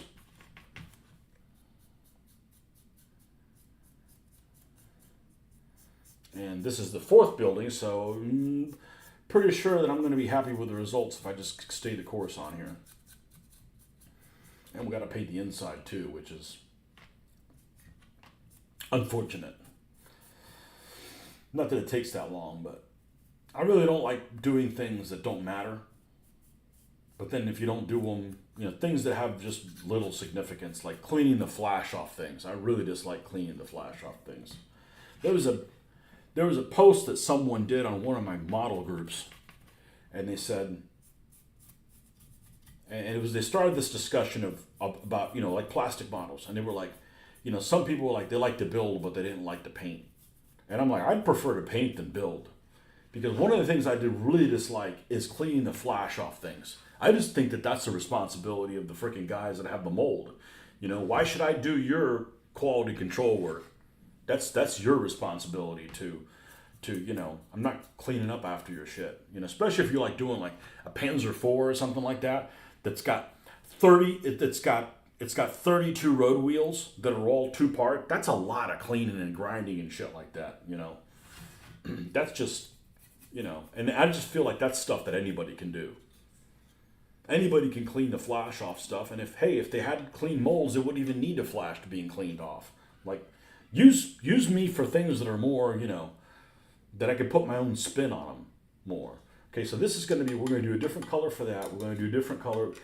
These sides here, which almost look like a spackle coating, and the inside is going to be different than this gray. So we're literally just doing the brick or the block work on the outside with this.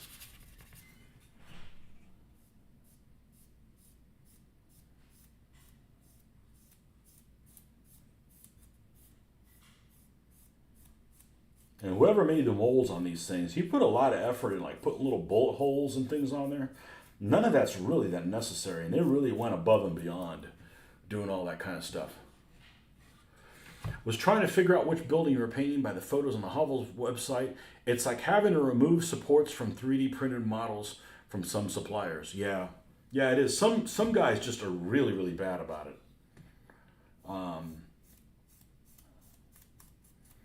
Surprisingly, the 3D printed stuff that I've done, well, I haven't done that much stuff. The 3D removing that stuff isn't so bad because you don't have to build anything, right? Because you have to remove all the flash off of a 3D printed model, but then you don't have to build any of it. It's like usually all together.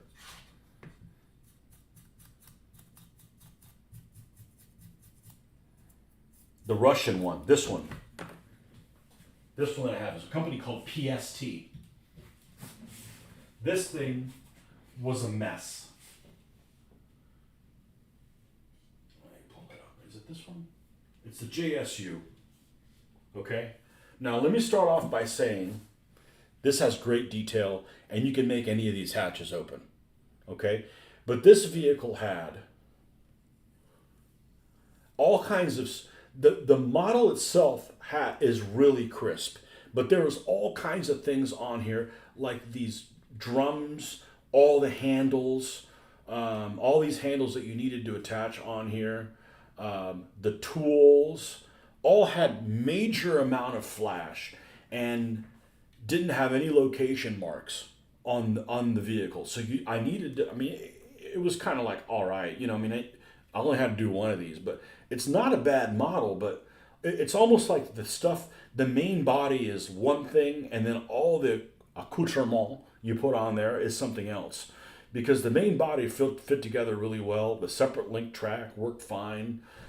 It was just all these little things where you basically, if you look close enough, it's almost like these fuel cans are really rough, and it's like that's the best I could do. They really were beat up looking. There was tons of flash, and it was all kinds of weird ass angles.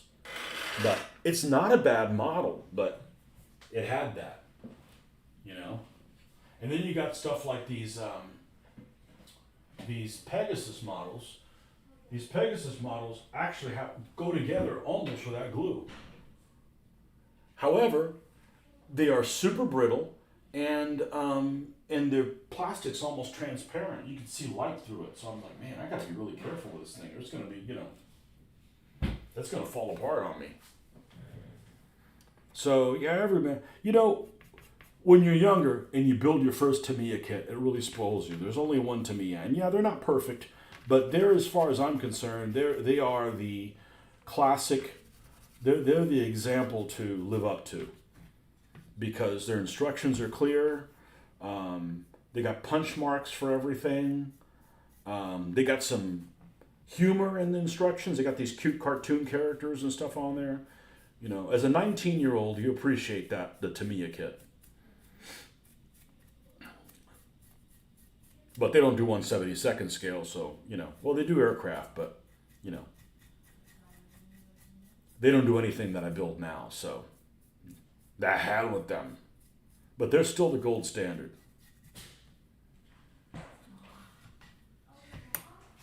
Be right back. Let me go say hi to the wife, who was in the car at the time.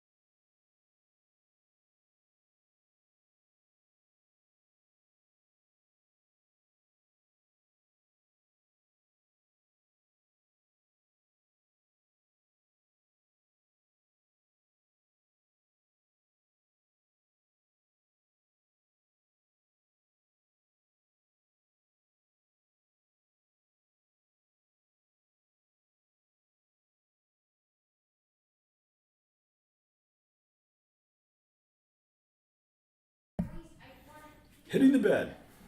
All right, man. Thanks for stopping by. One of those things that, when it comes to models, they have this thing of this. What's it called? It's this myth of German. We see how to word it. This myth of German superior workmanship or whatever. Where there's always this myth of German engineering. Where supposedly the German stuff is really good, like their tanks and stuff like that. But the reality is much more clouded than that. It's the same thing with the Japanese. Back the kits that we had around the late 80s, early 90s, it was it's Hasegawa and Fujimi. And the Fujimi stuff is hit or miss. They've got some stuff that is just dog bad. Dog bad. And same thing with the Hasegawa. And they got their Panzer IVs that they released that were that are pretty good looking models, but they got the road wheels all wrong. Which isn't a big deal. I built them anyways. Of course, I built them and then realized that they had the wrong. And then somebody else told me, that they had the wrong. Oh, this is the wrong color. Haha! Pay attention. Sandstone, not desert sand. Not that it would have made that much of a difference, but. So yeah, it was the myth of Japanese supermodels. There's bad models that are made by just about everybody. You're off to bed. Enjoy your cruise. Probably won't catch any more live session before you go. All right, man. I'll fill you guys in afterwards. Although it's only a few days away, but man, it seems like it's months away with all the stuff that I got to do. I'm just doing this to keep myself sane, because the next 2 days of work are gonna suck.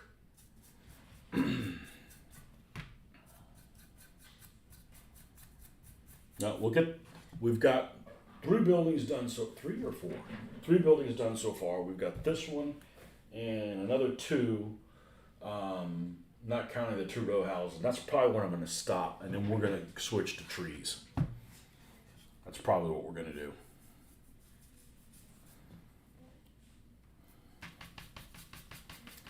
And I hope those episodes aren't too boring, because that's really 2-dimensional, just painting trees. But we're going to take some woodland scenics trees and make them shine. I have a ton of them. I don't know how many I got. 50? I'm just guessing. Probably something like that. I know there's some people that have more than 50 trees. I just, I got so many that I don't need to buy any more until I'm done with those. So we're just going to take this slow. This has got a long way to go to come up. But we don't want to bring it all the way up at once and then realize, oh shit, we've gone too far. Okay, so then we're going to add more of this sandstone.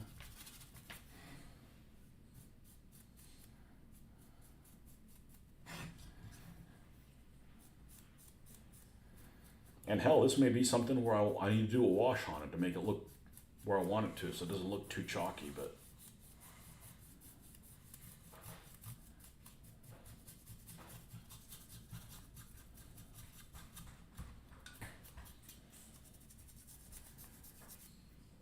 I don't want it to look like concrete, so that's the goal, is to not make it look like concrete.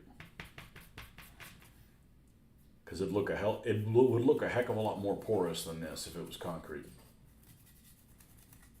Let's just say I know personally what concrete looks like really well.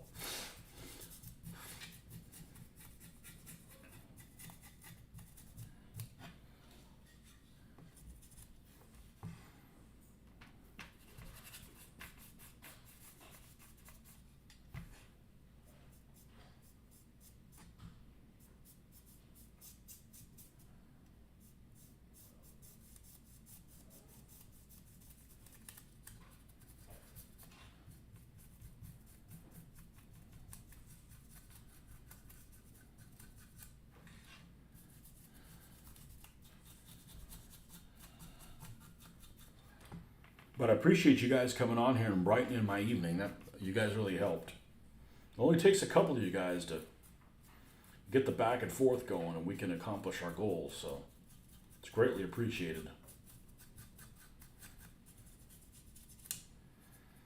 That's all I want. You guys just come in and we can hang out and we talk about shit. I don't need to Patreon or that nonsense. If other people want to do that, that's fine. That's just more trouble than it's worth. That's not my end goal. I just want to be entertained to get this stuff done.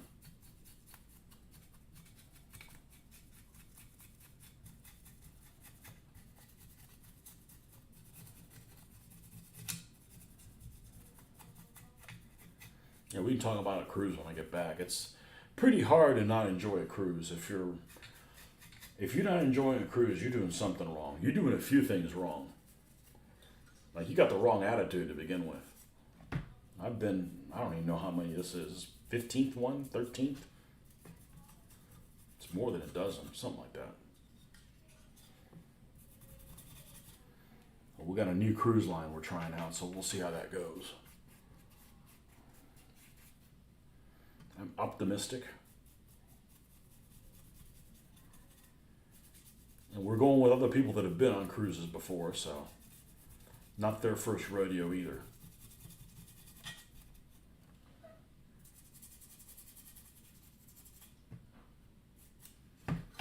Looking like a freaking bank. Don't say it. Hey, like the bank heist movie from World War II. Yeah, I hate that thing. Although I am willing to watch it again. But I don't expect to like it this time around either. Kelly's Heroes.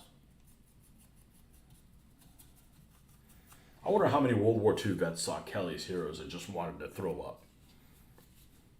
Probably a fair number of them.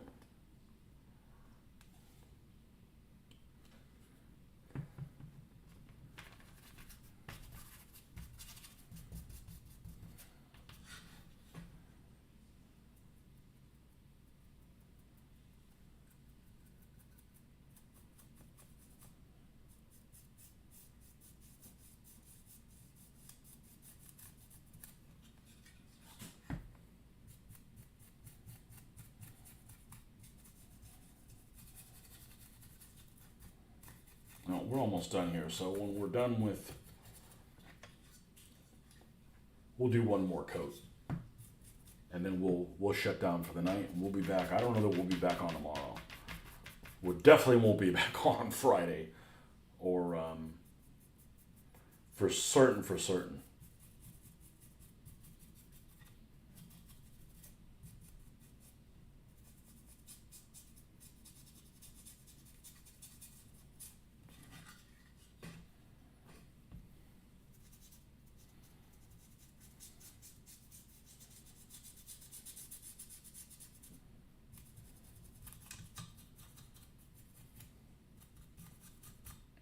Well, I guess the feed worked okay back on the computer, so we'll stick with that until it starts acting up again. We know we have the phone as the backup.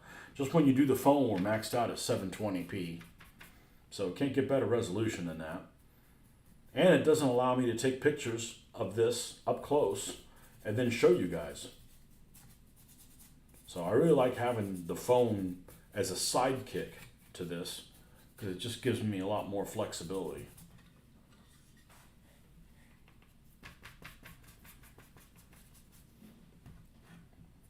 And we may go in and paint some of these stones a different color slightly, or maybe stain them or something.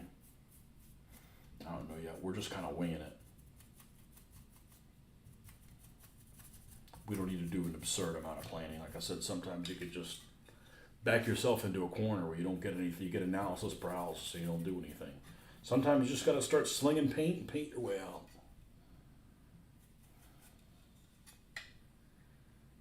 That's interesting. It's block on the outside, but brick on the inside. I think that's a snafu.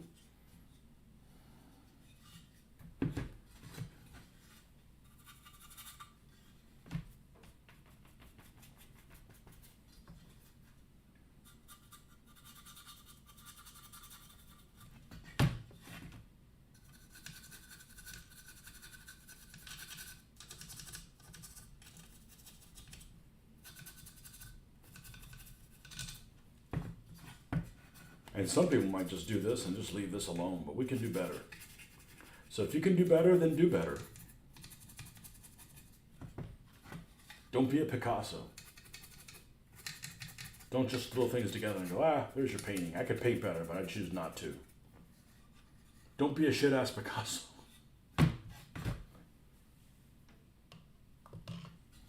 Now, I really want to take a look at what this looks like. With, say, another building next to it. Say the original one, the one I did first.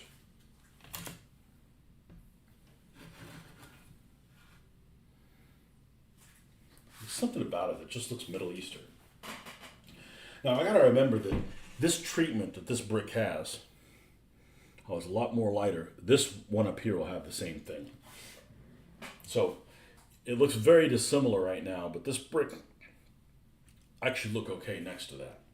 And I might actually do that sooner rather than later, just to kind of, realize whether that's the direction I want to go in. But